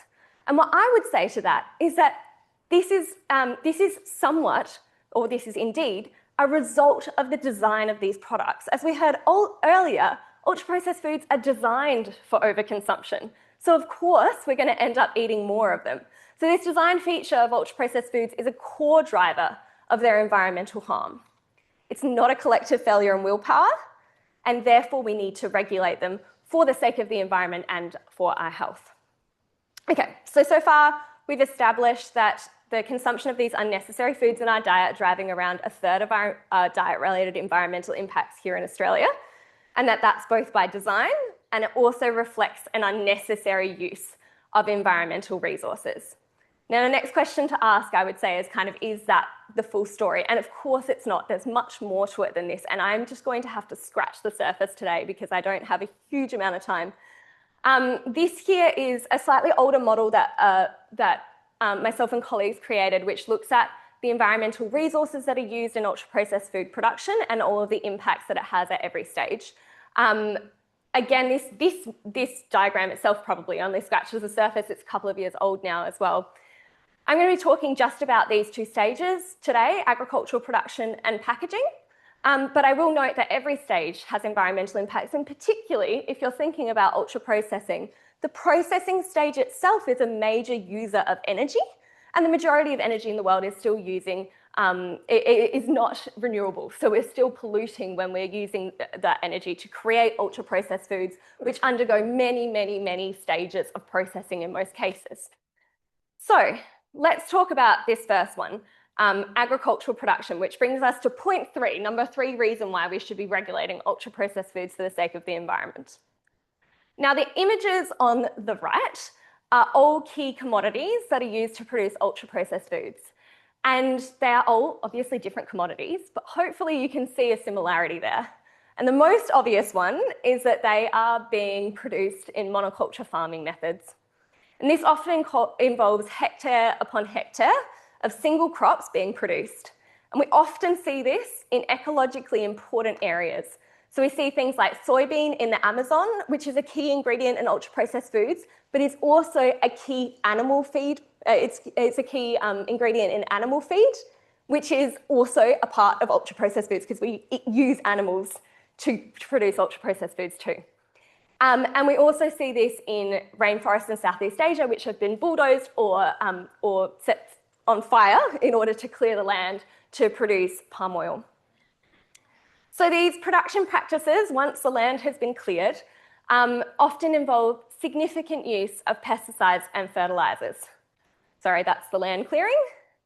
And that can lead to long-term soil degradation and increasing the risk of something called desertification, which is when, over time, farming practices actually degrade the soil to the extent that we create deserts. This is a huge problem, and it threatens our long-term food security. And now finally, like I mentioned, sometimes it's forgotten in these debates about the environmental impacts of ultra-processed foods, but ultra-processed foods, of course, use industrial animal farming techniques to produce, to grow these animals that are then slaughtered, and their ingredients from these animals are used in ultra-processed foods. So that's also a key problem. Now, the primary purpose of all of this agricultural production is to produce high yield, low cost commodities. And these commodities are one of the reasons why ultra-processed foods are so cheap. But the true costs of this, which are not accounted for in the economic valuing of these products, is that there is significant land use in ecologically important areas. We see long-term soil degradation, agrobiodiversity loss, which is a loss of the variety of species in our ecosystems, and that is a core issue in ultra-processed foods because they rely on a very narrow set of crops and livestock species. And then we also see biodiversity loss, so the loss of species in our local ecosystems. In addition to that, we see fertilizer runoff into ecosystems leading to eutrophication, which is the increase of nutrients in our waterways, which can lead to algal blooms. And all of this has implications for food security, particularly the stuff around soil, because like I mentioned, we need to make sure that we're actually regenerating our farmlands in order to ensure that we can grow crops and other food products for us into the future. Okay, so this is kind of point number 3 This is that ultra-processed foods rely on cheap commodities. This reinforces our global demand for intensively produced crops and livestock species through production systems that degrade the environment. That's really key. Okay, so we're switching to another part of the food system now, and this is that ultra-processed foods are reliant on packaging, and this is an inherent part of ultra-processed food design. So packaging, it's not a peripheral issue, it's actually integral to the business model of ultra-processed foods. The environmental impacts come from, just to take a step back of why they rely on them.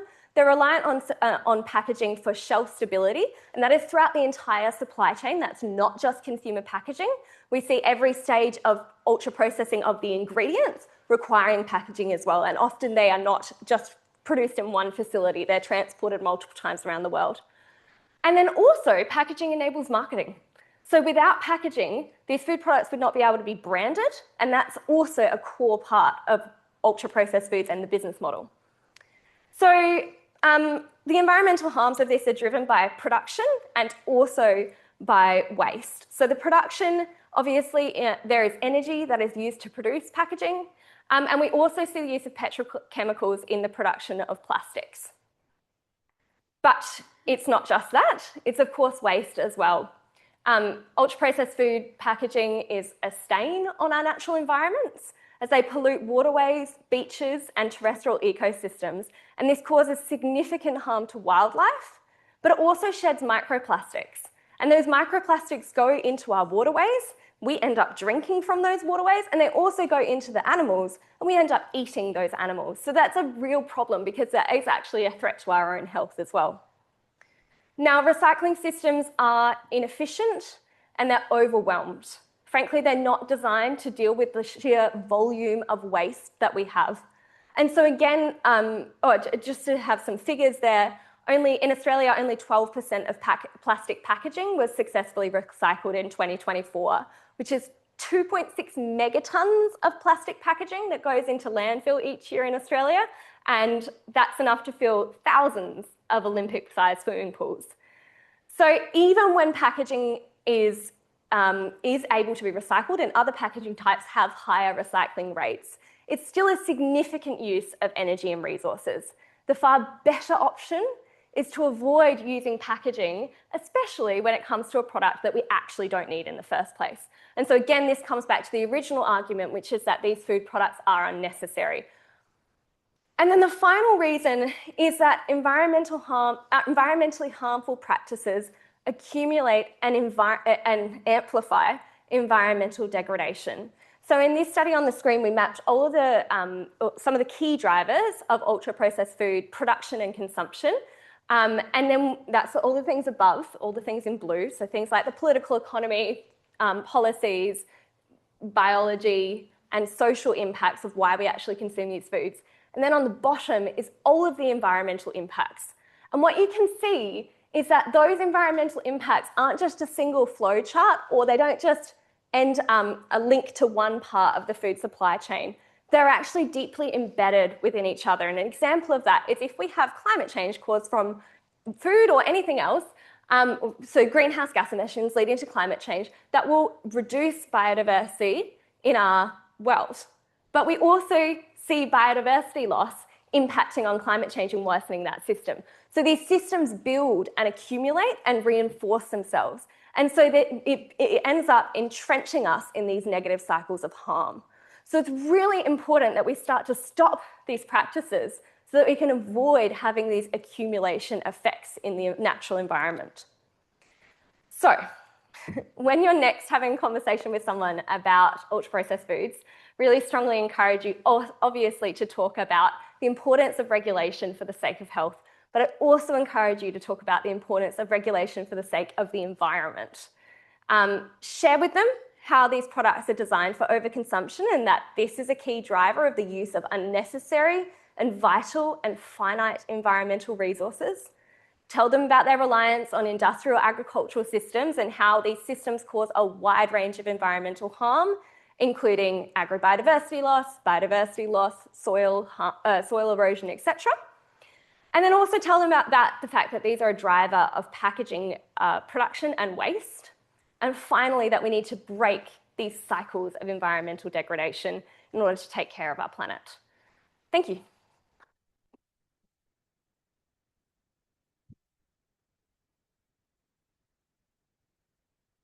Thanks so much, Kim, and yeah, for that really excellent presentation. Watch this space, I have to say, for research on the environmental impacts of UPFs by Kim and other really wonderful researchers around the world. I think this is a hugely important area of research that we'll see much more of over the next few years. So thank you, Kim. Our next speaker is a bit of a legend, actually. Well, at least I think she is. Certainly one of the most experienced and knowledgeable people in Australia around food advocacy and policy. Her name is Jane Martin. She's a leading public health advocate. Her work, she's the executive manager of the Food for Health Alliance based at the Cancer Council in Victoria. She drives policy and advocacy to reduce diet-related diseases. She's a former Churchill Fellow, past ANZOS president, that's our obesity society, recipient of the PHA's, I didn't know this, PHA's award, the Public Health Association's award of President's Award.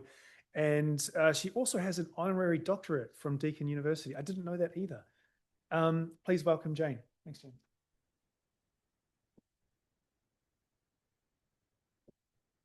Thank you. I don't think I've been called a legend before, so that's very exciting.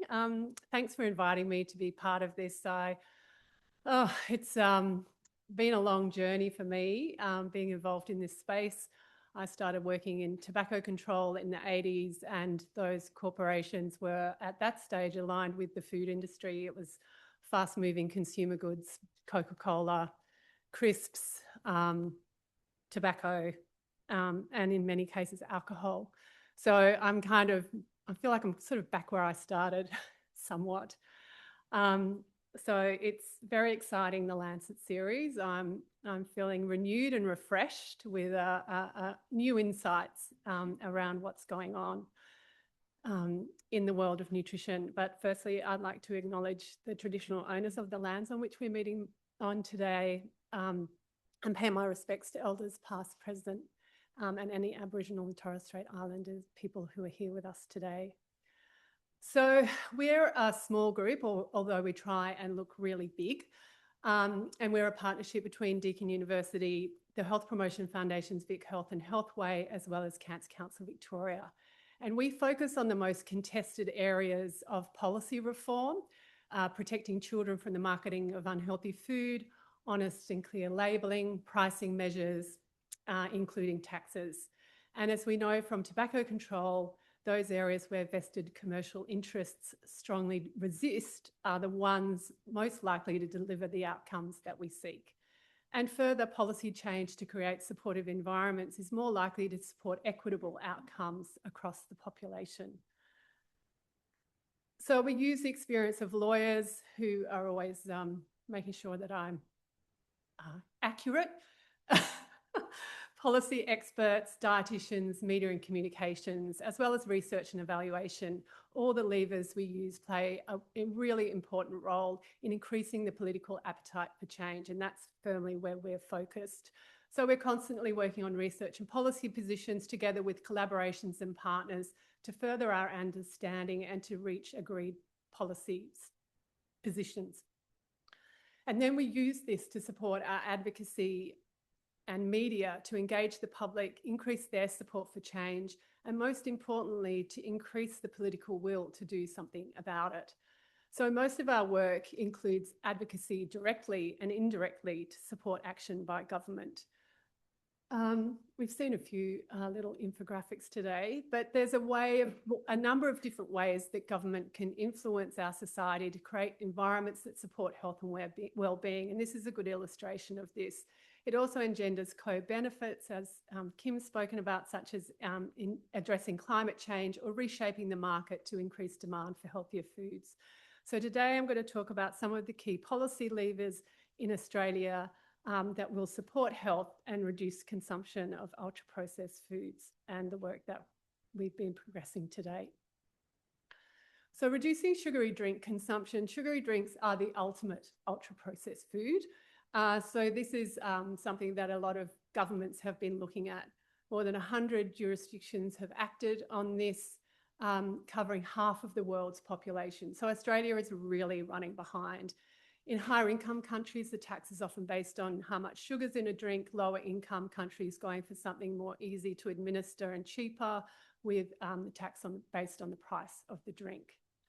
But we've had an inquiry in 2024 by the House of Representatives who recommended a sugar sweetened beverage tax or levy based on the amount of sugar in a drink, which has a potential to support a reduction in how much sugar is in drinks, but also a reduction in how much sugar people are consuming, and creates awareness of sugar in the diet. So when the UK announced their sugary drink tax, there was in the first year before it was even introduced, because of the discussion around that policy, there was a huge decline in consumption of sugary drinks. The House of Representatives inquiry also looked at labelling drinks with teaspoons of sugar. And we've compared this with warning labels, and teaspoons of sugar is pretty effective. Even without warning labels, it's well understood by the population and has strong potential to signpost an ingredient which people are already concerned about. So capitalising on that. And reformulation of sugary drinks. There is work underway on this by government, but we believe that it doesn't include a tax on sugary drinks. But it might be an opportunity to raise the issue of teaspoons of sugar through food ministers. But this work was also paused because of the waiting for the results of the National Nutrition Survey. Protecting children from unhealthy food marketing is something that we've been working on ever since we were established 20 years ago. Yeah, it's a long time. That's why my hair's gone grey. But 13 countries have policies regarding regulating unhealthy food marketing to children. Most recently, Norway and the UK has introduced legislation, and I'll talk about that in a minute. But I think it's really interesting to see we've had a head of strategy in an advertising agency in Mumbrella, which is the industry magazine, discuss why we are still waiting in Australia to ban junk food marketing to kids. And he says the advertising industry has built the most sophisticated persuasion machine in human history aimed at children. Restrictions on marketing act to change the cultural status of products.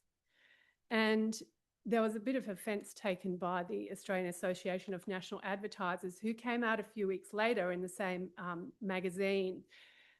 This is the head of the Australian Association of National Advertisers saying this is scapegoating advertising. Ad bans don't work.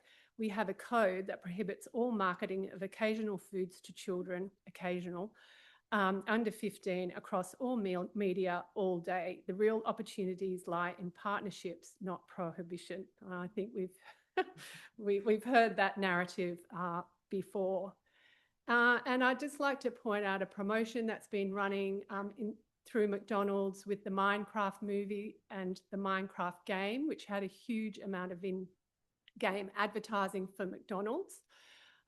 We made a complaint about the promotions within the game, and despite Josh Folks's promises that the code prohibits all marketing, this wasn't seen as marketing that would be covered by the code of practice. So that's allowed to happen. There's a lot of different ways you could define foods that couldn't be advertised, including UPF definitions. And we have had a feasibility study looking at options to regulate or limit unhealthy food marketing to children. This was huge. They looked at things like in-store marketing, retail, digital marketing, sponsorship, and has been out for public consultation and is now sitting with the government for a response. And we're still waiting to hear what might happen as a result of that. The social media ban has potentially some impacts, but we know that really where children are being targeted is on digital platforms, particularly YouTube, and you don't have to be logged in to look at YouTube. So, and it's likely that you'll see a shift in advertising to those platforms where they can reach children. There's been a lot of discussion today about interpretive front of pack labelling. Can't see that. 3 minutes, thank you. And we've seen the examples of what's happened in Latin America. The World Health Organization recognizes this as a powerful, cost-effective strategy. More than 50 countries have adopted these labels and 19 countries where it's mandatory. And in Chile, they've had a big effect. We've talked about the package of policies that have been implemented. Tony the Tiger has disappeared. And the policies were mutually reinforcing with equity at their core. And they've shifted people towards more traditional diets, which I think is really important. And to Craig's point about the impact, it's shown big impacts, and it's likely that it's a policy package that has resulted in those synergies. So the Health Star rating mandatory, this is going to be on the table next Friday. The food ministers are meeting to take the next steps to move this into a regulatory framework and make it mandatory. Uptake's 35% as of November 2024, and it was meant to be 60% by then. And it is being used as a marketing tool, which shows there is some effectiveness of it because it's more likely to be on higher rating products. What you might not know is there's also been a review of the Nutrition Information Panel, and that is probably unlikely to continue, but again, that's going to be decided next Friday. And how could you, what improvements could you make in the future? You could improve the algorithm, you could improve the governance, as Mark spoke about. You could consider inclusion of processing and sustainability labels, and a review of the Australian Dietary Guidelines, which is underway, now includes considering the evidence related to ultra-processed food consumption. You could adapt it like they have with the Nutri-Score. You could say focus on non-UPF foods and label them, and this has been, that label non-UPF has been developed in the US. I'm going to quickly whip through added sugar labelling. These are 2 slides. It's been underway for years, starting in 2009. Just 1 line around added sugar was what was decided after a number of consultations. 2019 was reviewed, no technical problems, targeted consultation. FSANZ then said there were technical issues. Work was paused after some consumer research. It's just added sugar on the Nutrition Information Panel. 83% of people want it. It's been done in other countries. Next Friday, we'll know more about whether that work is continuing, and it's been going since 2009. It's a very slow process. I'm going to finish on foods for babies and toddlers. Infant formula, there are now regulations being developed for composition and labelling of infant formula. There's also work on toddler milk composition and labelling, and marketing of infant formula is now to be regulated, and we want this extended to toddler milks. Baby and toddler commercial foods, the issues with those foods have been looked at from a discussion between food ministers in 2019. There's been active consultation and engagement, and last year ministers agreed on a policy position, and that these issues are so concerning they should be dealt with by the regulation, not the Healthy Food Partnership, thank goodness. And a broad range of issues that I've outlined there. So we are hoping to see robust regulation, but we are going to have to advocate and keep the pressure on to make sure that, as we've seen with these other policies, they're not watered down over time. The longer they take, the more they get eroded by industry. And this is how most of us shop, with 50% of supermarket purchases now not even happening here, they're happening online. And stores like this are becoming a thing of the past. And I was reading Woolworth's annual report, and I noticed that they're actually doing free consultations for health online, free online consultations with a naturopath. And I was like, oh my God, Woolworth's getting into wellness. This is really scary. But ultimately, the health problems are coming from these ultra-processed, heavily promoted, very cheap foods which are everywhere. And I think this way of eating has to change, not just for us, but for the planet. And we have an opportunity to leverage this new research and refresh the conversation with decision makers, with communities, and with opinion leaders. I think the evidence is really building on the impact and effectiveness of nutrition policies, including in countries where a suite of actions have been implemented, like the UK and Latin America. Australians really strongly support policies to improve nutrition. They're right behind it. They want to be healthy themselves. They want their children to be healthy, and they're being undermined every step of the way. And publications like this Lancet series and the research creates a clarion call. Change takes time. Coalition building is really important, but we also need resources together with our persistence. Political will is critical, including political champions to take these industries on, like Nicola Roxon did with plain packaging. And importantly, I think the ultra-processed food lobbyists and industry are worried about this focus on UPFs.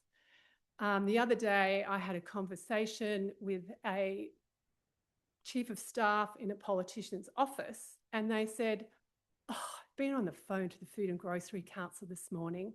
They're really upset. Their members are very, very upset about a story yesterday by the ABC about ultra-processed foods." And I was like, yes, fantastic. Like, that is the scream factor. If that's what you're getting, having these conversations, bring it on.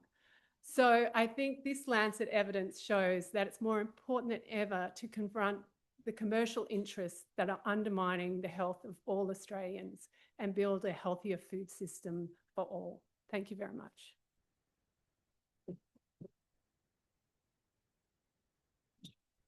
Thanks, Jane. So for your wonderful presentation. And I just want to say, if there are donors, philanthropists, funders, supporters who can get in behind the Healthy Food Alliance, the coalition in Australia, that investment is probably the biggest bang for buck we will get in improving healthy diets and good nutrition in Australia. So reach out to Jane if you're interested. She did not ask me to say that, by the way.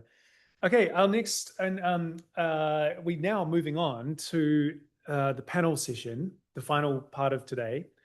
And the panel is being chaired by, we have 4 panelists and who are really wonderful, emerging and established researchers working on different areas and dimensions of ultra-processed foods. They are really at the cutting edge of some of the great work that's being done here in Australia and internationally. The panel is being chaired by Professor Anne-Marie Tho, Professor in Public Policy and Health at the University of Sydney. She has over 20 years of experience in food system nutrition policy research, including collaborations all around the world. Her research focuses on the interface between economic policy and nutrition, and she regularly acts as an advisor to national governments and UN agencies around economic and trade policy. Her work is absolutely wonderful. Anne-Marie I'll now hand over to Anne-Marie, who will welcome our panelists. Thank you. Thank you so much for the invitation, Phil. I'm really delighted to be here with this brilliant panel, and particularly picking up on Jane's point. In this panel, we want to discuss and engage about these issues that Jane flagged in terms of the call for change presented by this Lancet series, and change at systems level. Food systems, but not just food systems. We're also having to deal with economic systems, with governance systems, regulatory systems, and knowledge systems that often maintain the status quo, which is delivering these really unhelpful outcomes across health, environment, and other dimensions of our society. In this panel, we bring together diverse perspectives on key issues raised by the series, and then we'll reflect on these opportunities for change moving forward. I'm really delighted to introduce our panel. I'll start with Mr. Burke Ecker, who's a PhD candidate in law at the University of Sydney. His research examines human rights law and the regulation of ultra-processed foods, with a particular focus on corporate accountability and legally binding human rights due diligence. He also writes on intellectual property and biodiversity governance, where these regimes intersect with food systems, public health, and Indigenous rights. He has experience teaching law as a lecturer and tutor. I'm also delighted to welcome Dr. Taruna Sebastian to our panel. Taruna is a Pitjantjatjara and Anmatieri woman and a lecturer at the University of Sydney in the School of Education and Social Work, where she teaches in the Masters of Teaching program and undergraduate Indigenous Studies courses. Her research focuses on Aboriginal education, food education, and Indigenous leadership. Her recent work, Everyday Food Practices, Commercialisation and Consumption in the Periphery of the Global North, examines food experiences and community resistance in Sydney's inner west. I'd like to now introduce Tanita Northcott, who's a lecturer in the law faculty at Monash University. Her research examines the role of law, regulation and policy in promoting healthy, equitable and sustainable food systems, with a focus on addressing the rise of ultra-processed foods. She's currently waiting on the finalisation of her thesis. Her PhD was completed at Deakin University. She holds a Juris Doctor, a Bachelor of Arts, and she has been admitted to practice as an Australian lawyer. Tanita is also chair of a local food systems collective impact initiative, the Community Plate, and a member of Healthy Food Systems Australia. And finally, at the far end, I'm delighted to introduce Dr. Dori Pate, who's a food system governance expert and academic. She's one of the few governance researchers globally who investigates whole of food system governance and whole of government approaches to food systems with an applied research lens. Her current trajectory focuses on scaling up evidence to policy pathways, particularly through co-design approaches with policy practitioners. So, thank you again to our panellists, and I'd like to pose our first question for your discussion. The series recommends system scale action on ultra-processed foods. You all study various systems that are relevant to food. In your opinion, how can a systems approach strengthen action on ultra-processed foods? I've got a mic. I think it's working. Thank you so much, Anne-Marie. It's great to be here today and to hear from everyone. And we have heard so much about needing to look at this as a food systems challenge. In my work, I've been really interested at thinking about how we can approach regulation itself as a tool for responding to a food systems problem like ultra-processed foods. And I've been working with a theory developed by my wonderful colleagues, Christine Parker and Fiona Haynes, called ecological regulation. And what this theory does is, instead of saying, let's regulate this issue over here and this issue over here and assess them differently, it starts from the proposition that, well, first of all, regulation, like all human activities, needs to respect social justice and environmental sustainability, because that's the limits that govern everything we do on this planet. From there, we can think about how we use law, regulation and policy, and how we do it as a set of interacting synergistic measures that help to achieve the objectives we want to see and not have counterproductive unintended consequences. So I think this is a really fruitful, pun not intended, but fortunate, way to approach ultra-processed foods as a regulatory challenge, because we do need to use law and regulation in so many aspects of the food system in ways that interact and complement one another, with a primary focus on making sure we're respecting and upholding social justice and the environment. Okay, so from a human rights perspective, systems approach is necessary. Is that on?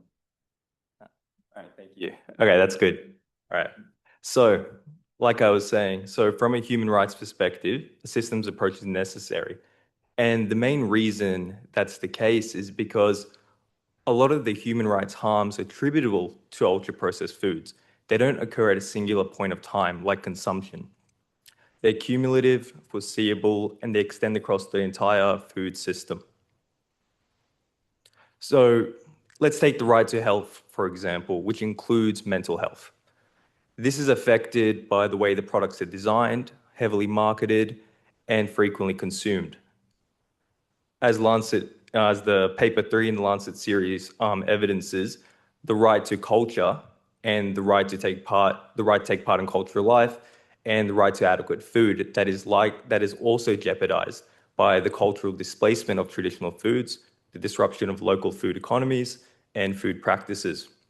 Similarly, we have the right to a healthy environment also implicated, and that is due to the resource-intensive production, the extractive supply chains that harm the planet, and obviously the heavy utilization of plastic packaging.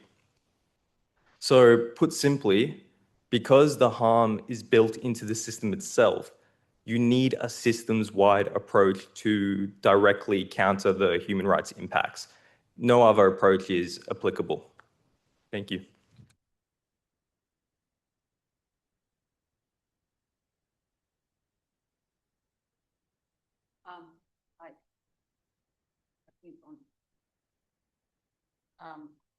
Yes. Okay, I'll give that. Yeah, I'll give that to you. The systems approach is very important for Indigenous communities and Indigenous people. And obviously, food systems have never been neutral. It is highly politicized, social, and economics perspective has never been included from the Aboriginal perspective.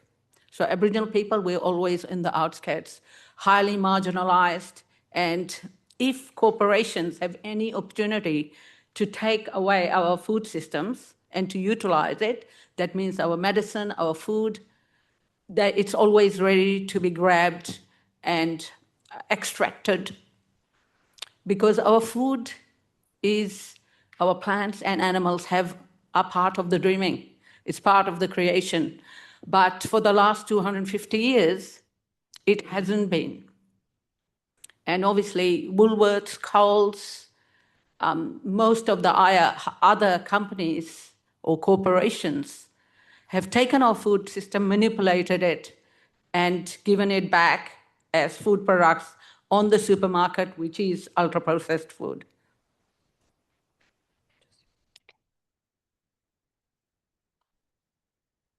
It's really nice to speak as the last speaker, but I also feel the challenge. I'm going to talk about the policy recommendations outlined in the series. I was really happy to see that in the series we see actionable policy recommendations that not only speak to public health, but they speak to trade, industry, agriculture, and environmental regulation as well.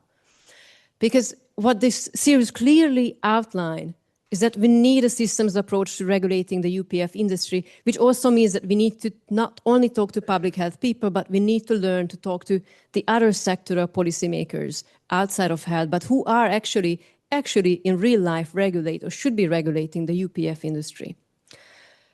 My feeling though, however, is that in public health, we are really good at giving recommendations for public health professionals or policymakers or the Department of Health, but I'm not sure how much our messages resonate with trade, industry, and agricultural policymakers. Because if you will talk to them about the health or the environmental impacts of the UPF industry, they're not going to care because their legal mandate is to boost the economy.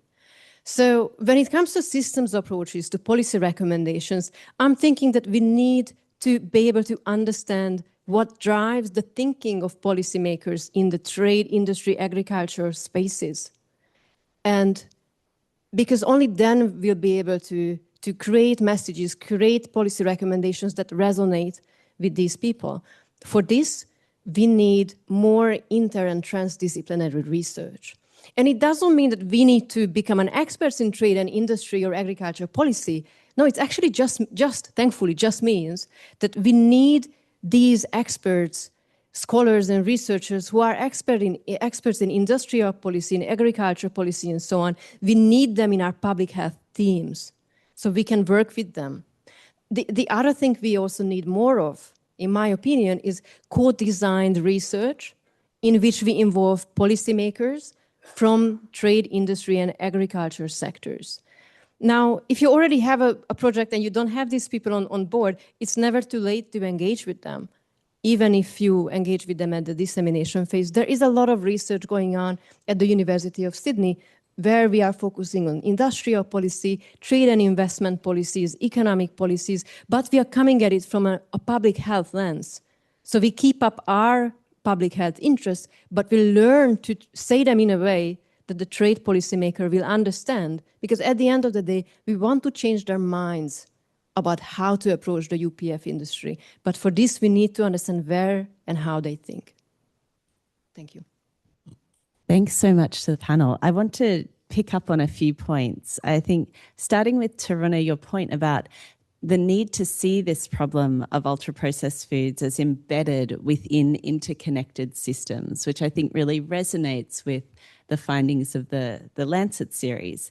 You know, as you put it, Burke, the harms are built into the systems. And so I think this really comes out then in the solutions articulated in terms of this solution requiring conceptualization of systems level responses, including governance systems and regulatory system level change.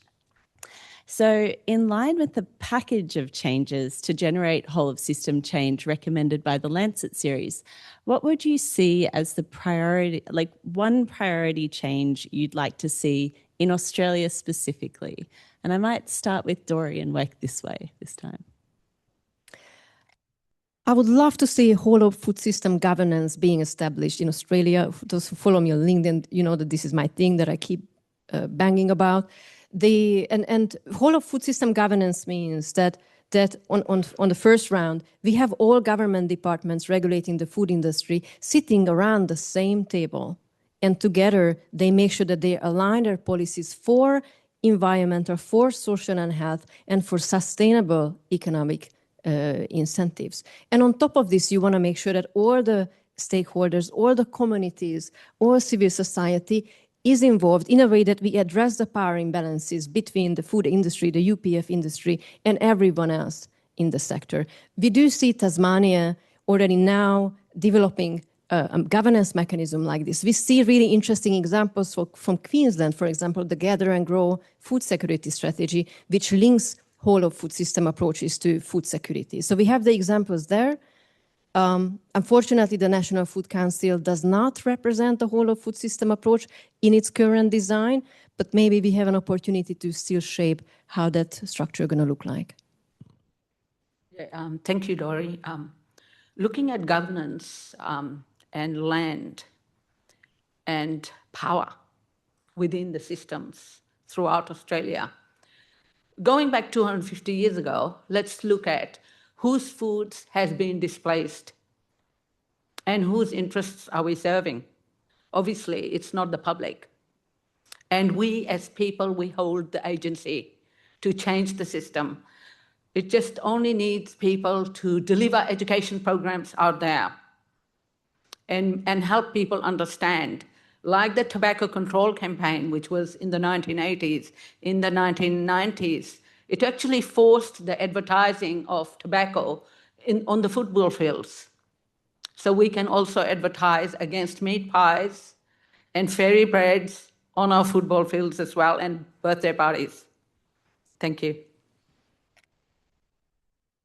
I'd want Australia to explicitly recognise that ultra-processed foods are a human rights issue and not just a public health one. Like, let's take one, for example, like one human right, like the right to health. The evidence is conclusive, it's irrefutable that diets high in ultra-processed foods not only lead to increases in cardiovascular disease, metabolic issues, but also there's evidence that supports links to depression, anxiety, adverse brain functioning. In furtherance of this, there's emerging evidence that says that the constituents in ultra-processed foods, some of the components, impact on pubertal development. So we are clearly having alterations in the life course of children and adolescents. And the right to health is not just about being as physically healthy or as mentally healthy, but in it, there is an element of dignity, and that is respecting the flourishing of a person and giving them the means to achieve the identity that they want. And these foods, through disease, through pubertal development issues with they're directly infringing on what the right to health is meant to protect. In the interest of time, I'm not going to go too much into it, but I have a paper forthcoming in the next probably 10 days in Alternative Law Journal. And what that is talking about is reframing how we view ultra-processed foods and treating them as an unsafe product under the ACCC. So reinterpreting Australia's food law to address ultra-processed foods, and a lot of the practical recommendations in paper 2 of the series is implemented in that. Hopefully we can get a bit of a mobilization of regulatory reform there. But if you are interested, that's open access. It's an alternative law journal, and it's called Modernizing Australian Food Law to Address Ultra-Processed Foods. Thank you. All right, and just to add to everything that's been said, and I think picking up on Dory's first point, we really need, as we've heard today, some national food policy that can provide a joined-up, coordinated, mutually reinforcing approach to how governments are using law and regulation across different departments and sectors, advised by and informed by various perspectives and interests in a way that serves public health, social justice and the environment, taking an approach that starts from a national united strategy and then working out what sort of measures do we need? How are they going to complement one another? What might be some of the unintended consequences and how could we potentially anticipate and control for them? And one of the great things about an approach like that would mean we would capture various areas that are not food-related areas that are really important for law and regulation. So for instance, something like planning, the way areas can use land, what they can build, what they can't build, tax, another mechanism where it can have really impactful outcomes for health and food. Those sorts of areas could really be harnessed for their potential in this space. Thank you so much, everyone. One of the things that stood out to me in your responses was the challenge of the silos that characterize both our societal approach to food, but also our policy approach to food.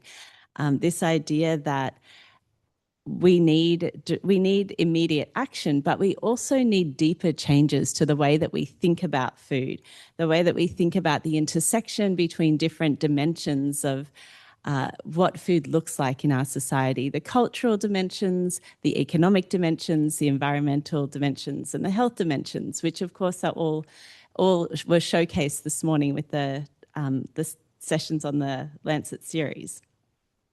I also wanted to pick up on your point, Taruna, about, which I think was echoed by others, about the need to bring a critical lens to how we engage with and think about food currently and what that critical lens might look like coming from the diverse perspectives that you represent. So thank you all so much. All right, I have one last question, which I hope provokes some interesting discussion. So the series highlights the importance of a just transition to low UPF diets.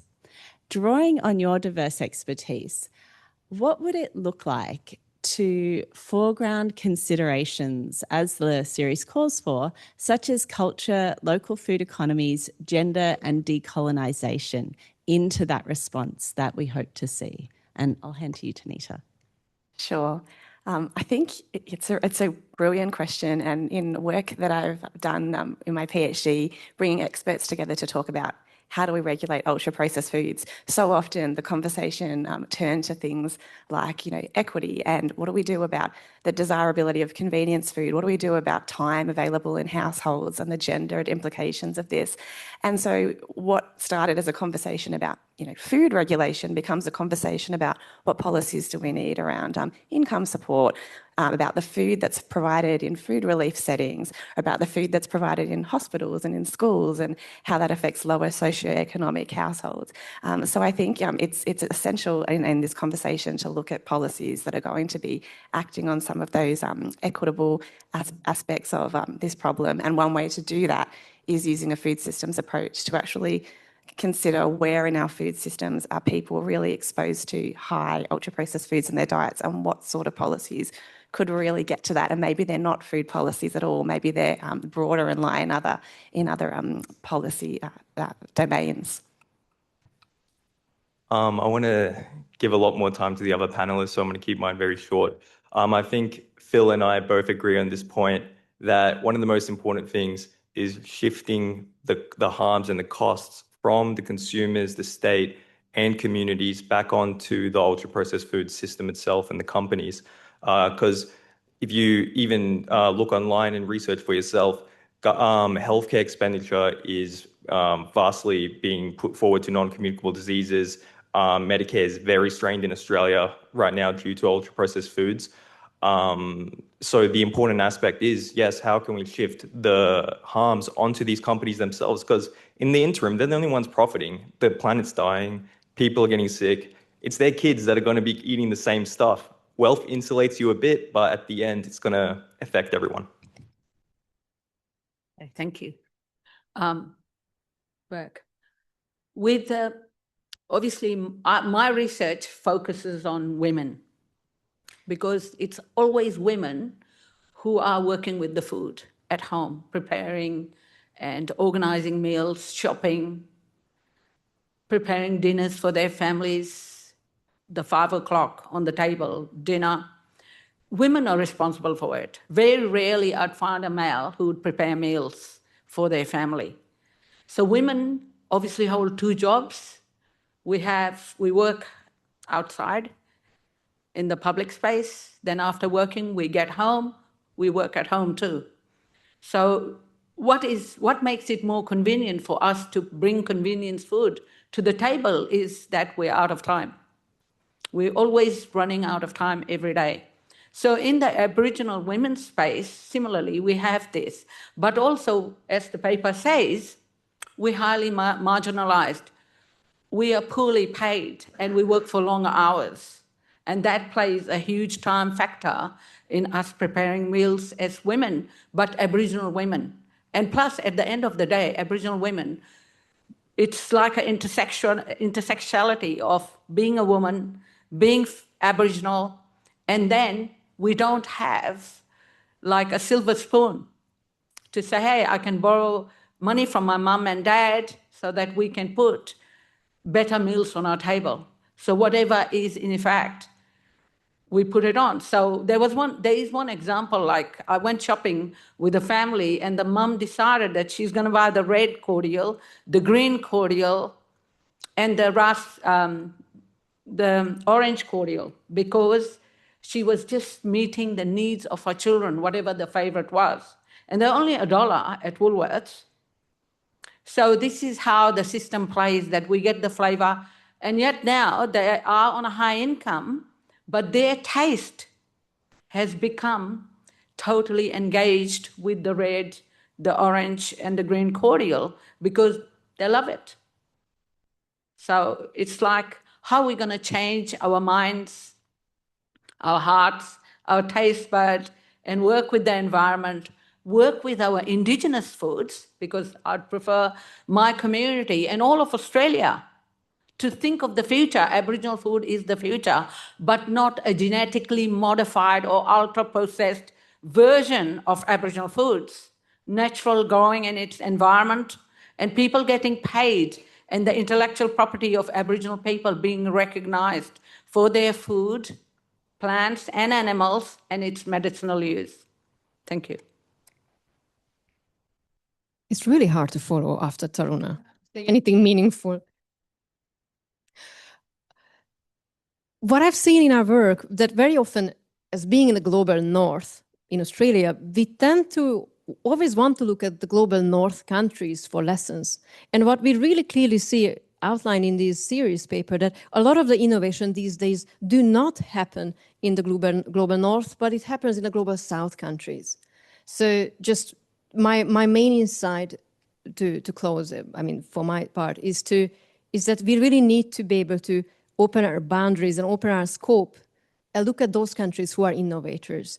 In terms of food system governance, for example, we see so many low and middle income countries out there who have really valuable lessons for us on how we could govern food systems better. And I think we need to be able to open our eyes and use that evidence and go and look for those lessons that we can adopt. Thank you again to the panel.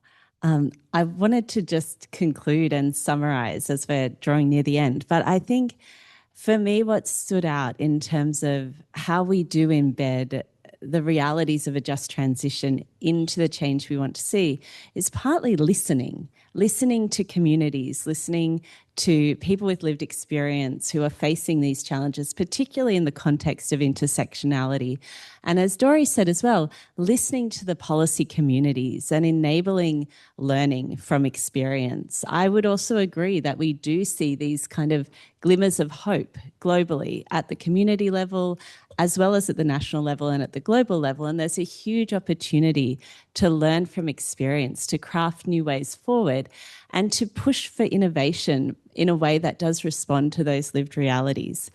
I also really appreciated the points made about really interrogating who benefits from the status quo, which is in part commercial sectors and big business, but also is in part women who are trying to put food on their tables, and thinking, I guess, as the series recommends, in a nuanced way about what charting a way forward looks like in the midst of those quite complex and messy, gendered, cultural realities. So thank you so much to the panel for highlighting these brilliant points. And this was an opportunity also to showcase some really innovative emerging research. And I would highly recommend all of the work of the people, which I have read extensively myself. So please do look into that. And I'm going to hand back to you, Phil, for the closing. Thank you.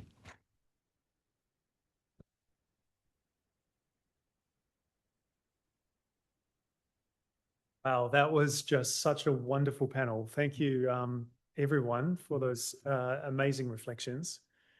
And Anne-Marie for chairing the panel.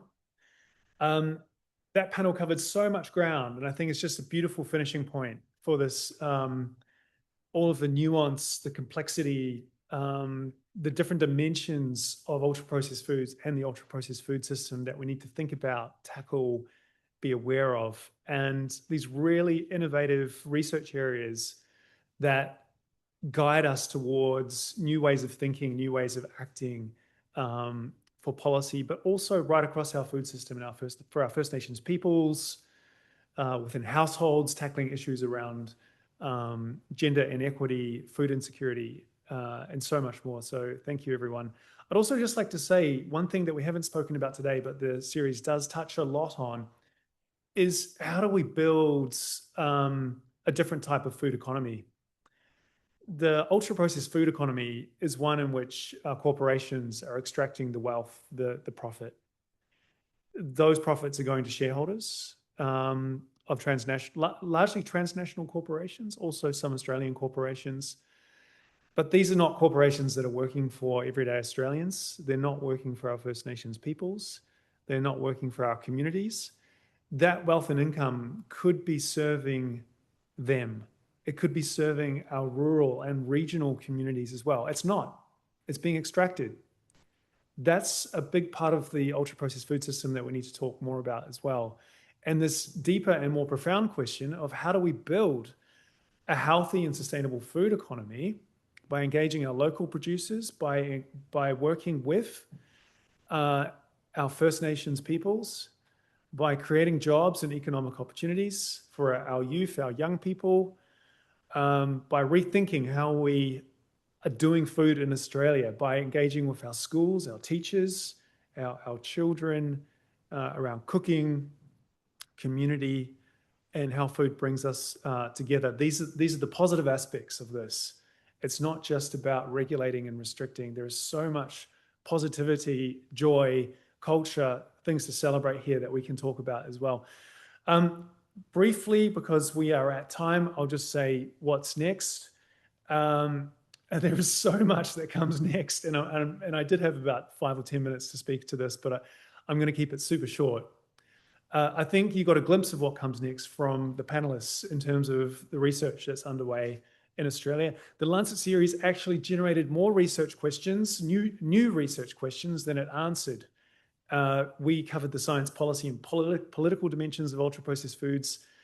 We are now deeply fascinated by new questions that relate to the legal and regulatory aspects, to the environmental impacts and harm, the cultural aspects, the economics of our food system and the economics of processing, and also, and importantly, as you just heard from the panelists, the justice dimension of ultra-processed foods. These are all immensely fruitful areas for research over the next 4 to 5 years. To help take some of this research forward and connect researchers around the world around this issue, we have set up a new platform. It's called UPFRAN, the UPF Research Action Network. It brings together the collaborators from the Lancet series, and it welcomes new researchers, those without conflicts of interest or ties to industry, most importantly. Sign up to the platform. There's the link on the screen there. If you want to get involved, learn more, offer up your ideas. If you want to put resources behind this research, not just here in Australia, but all around the world, please get in touch and register your interest. Finally, the winners of our 3 kilobars. Now, we've got 6 names on the board because probably half the people who registered didn't turn up. These are the prize winners. If you see your name up here, please come down. We've got 3 kilobars. Once again, don't eat this. It'll give you diarrhea, but it'll probably tell you a lot about how food regulation works. And with that, I will close the session. Thank you so much for coming.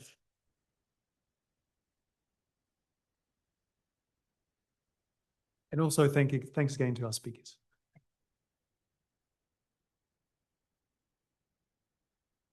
Oh, yeah. Yeah. Good idea.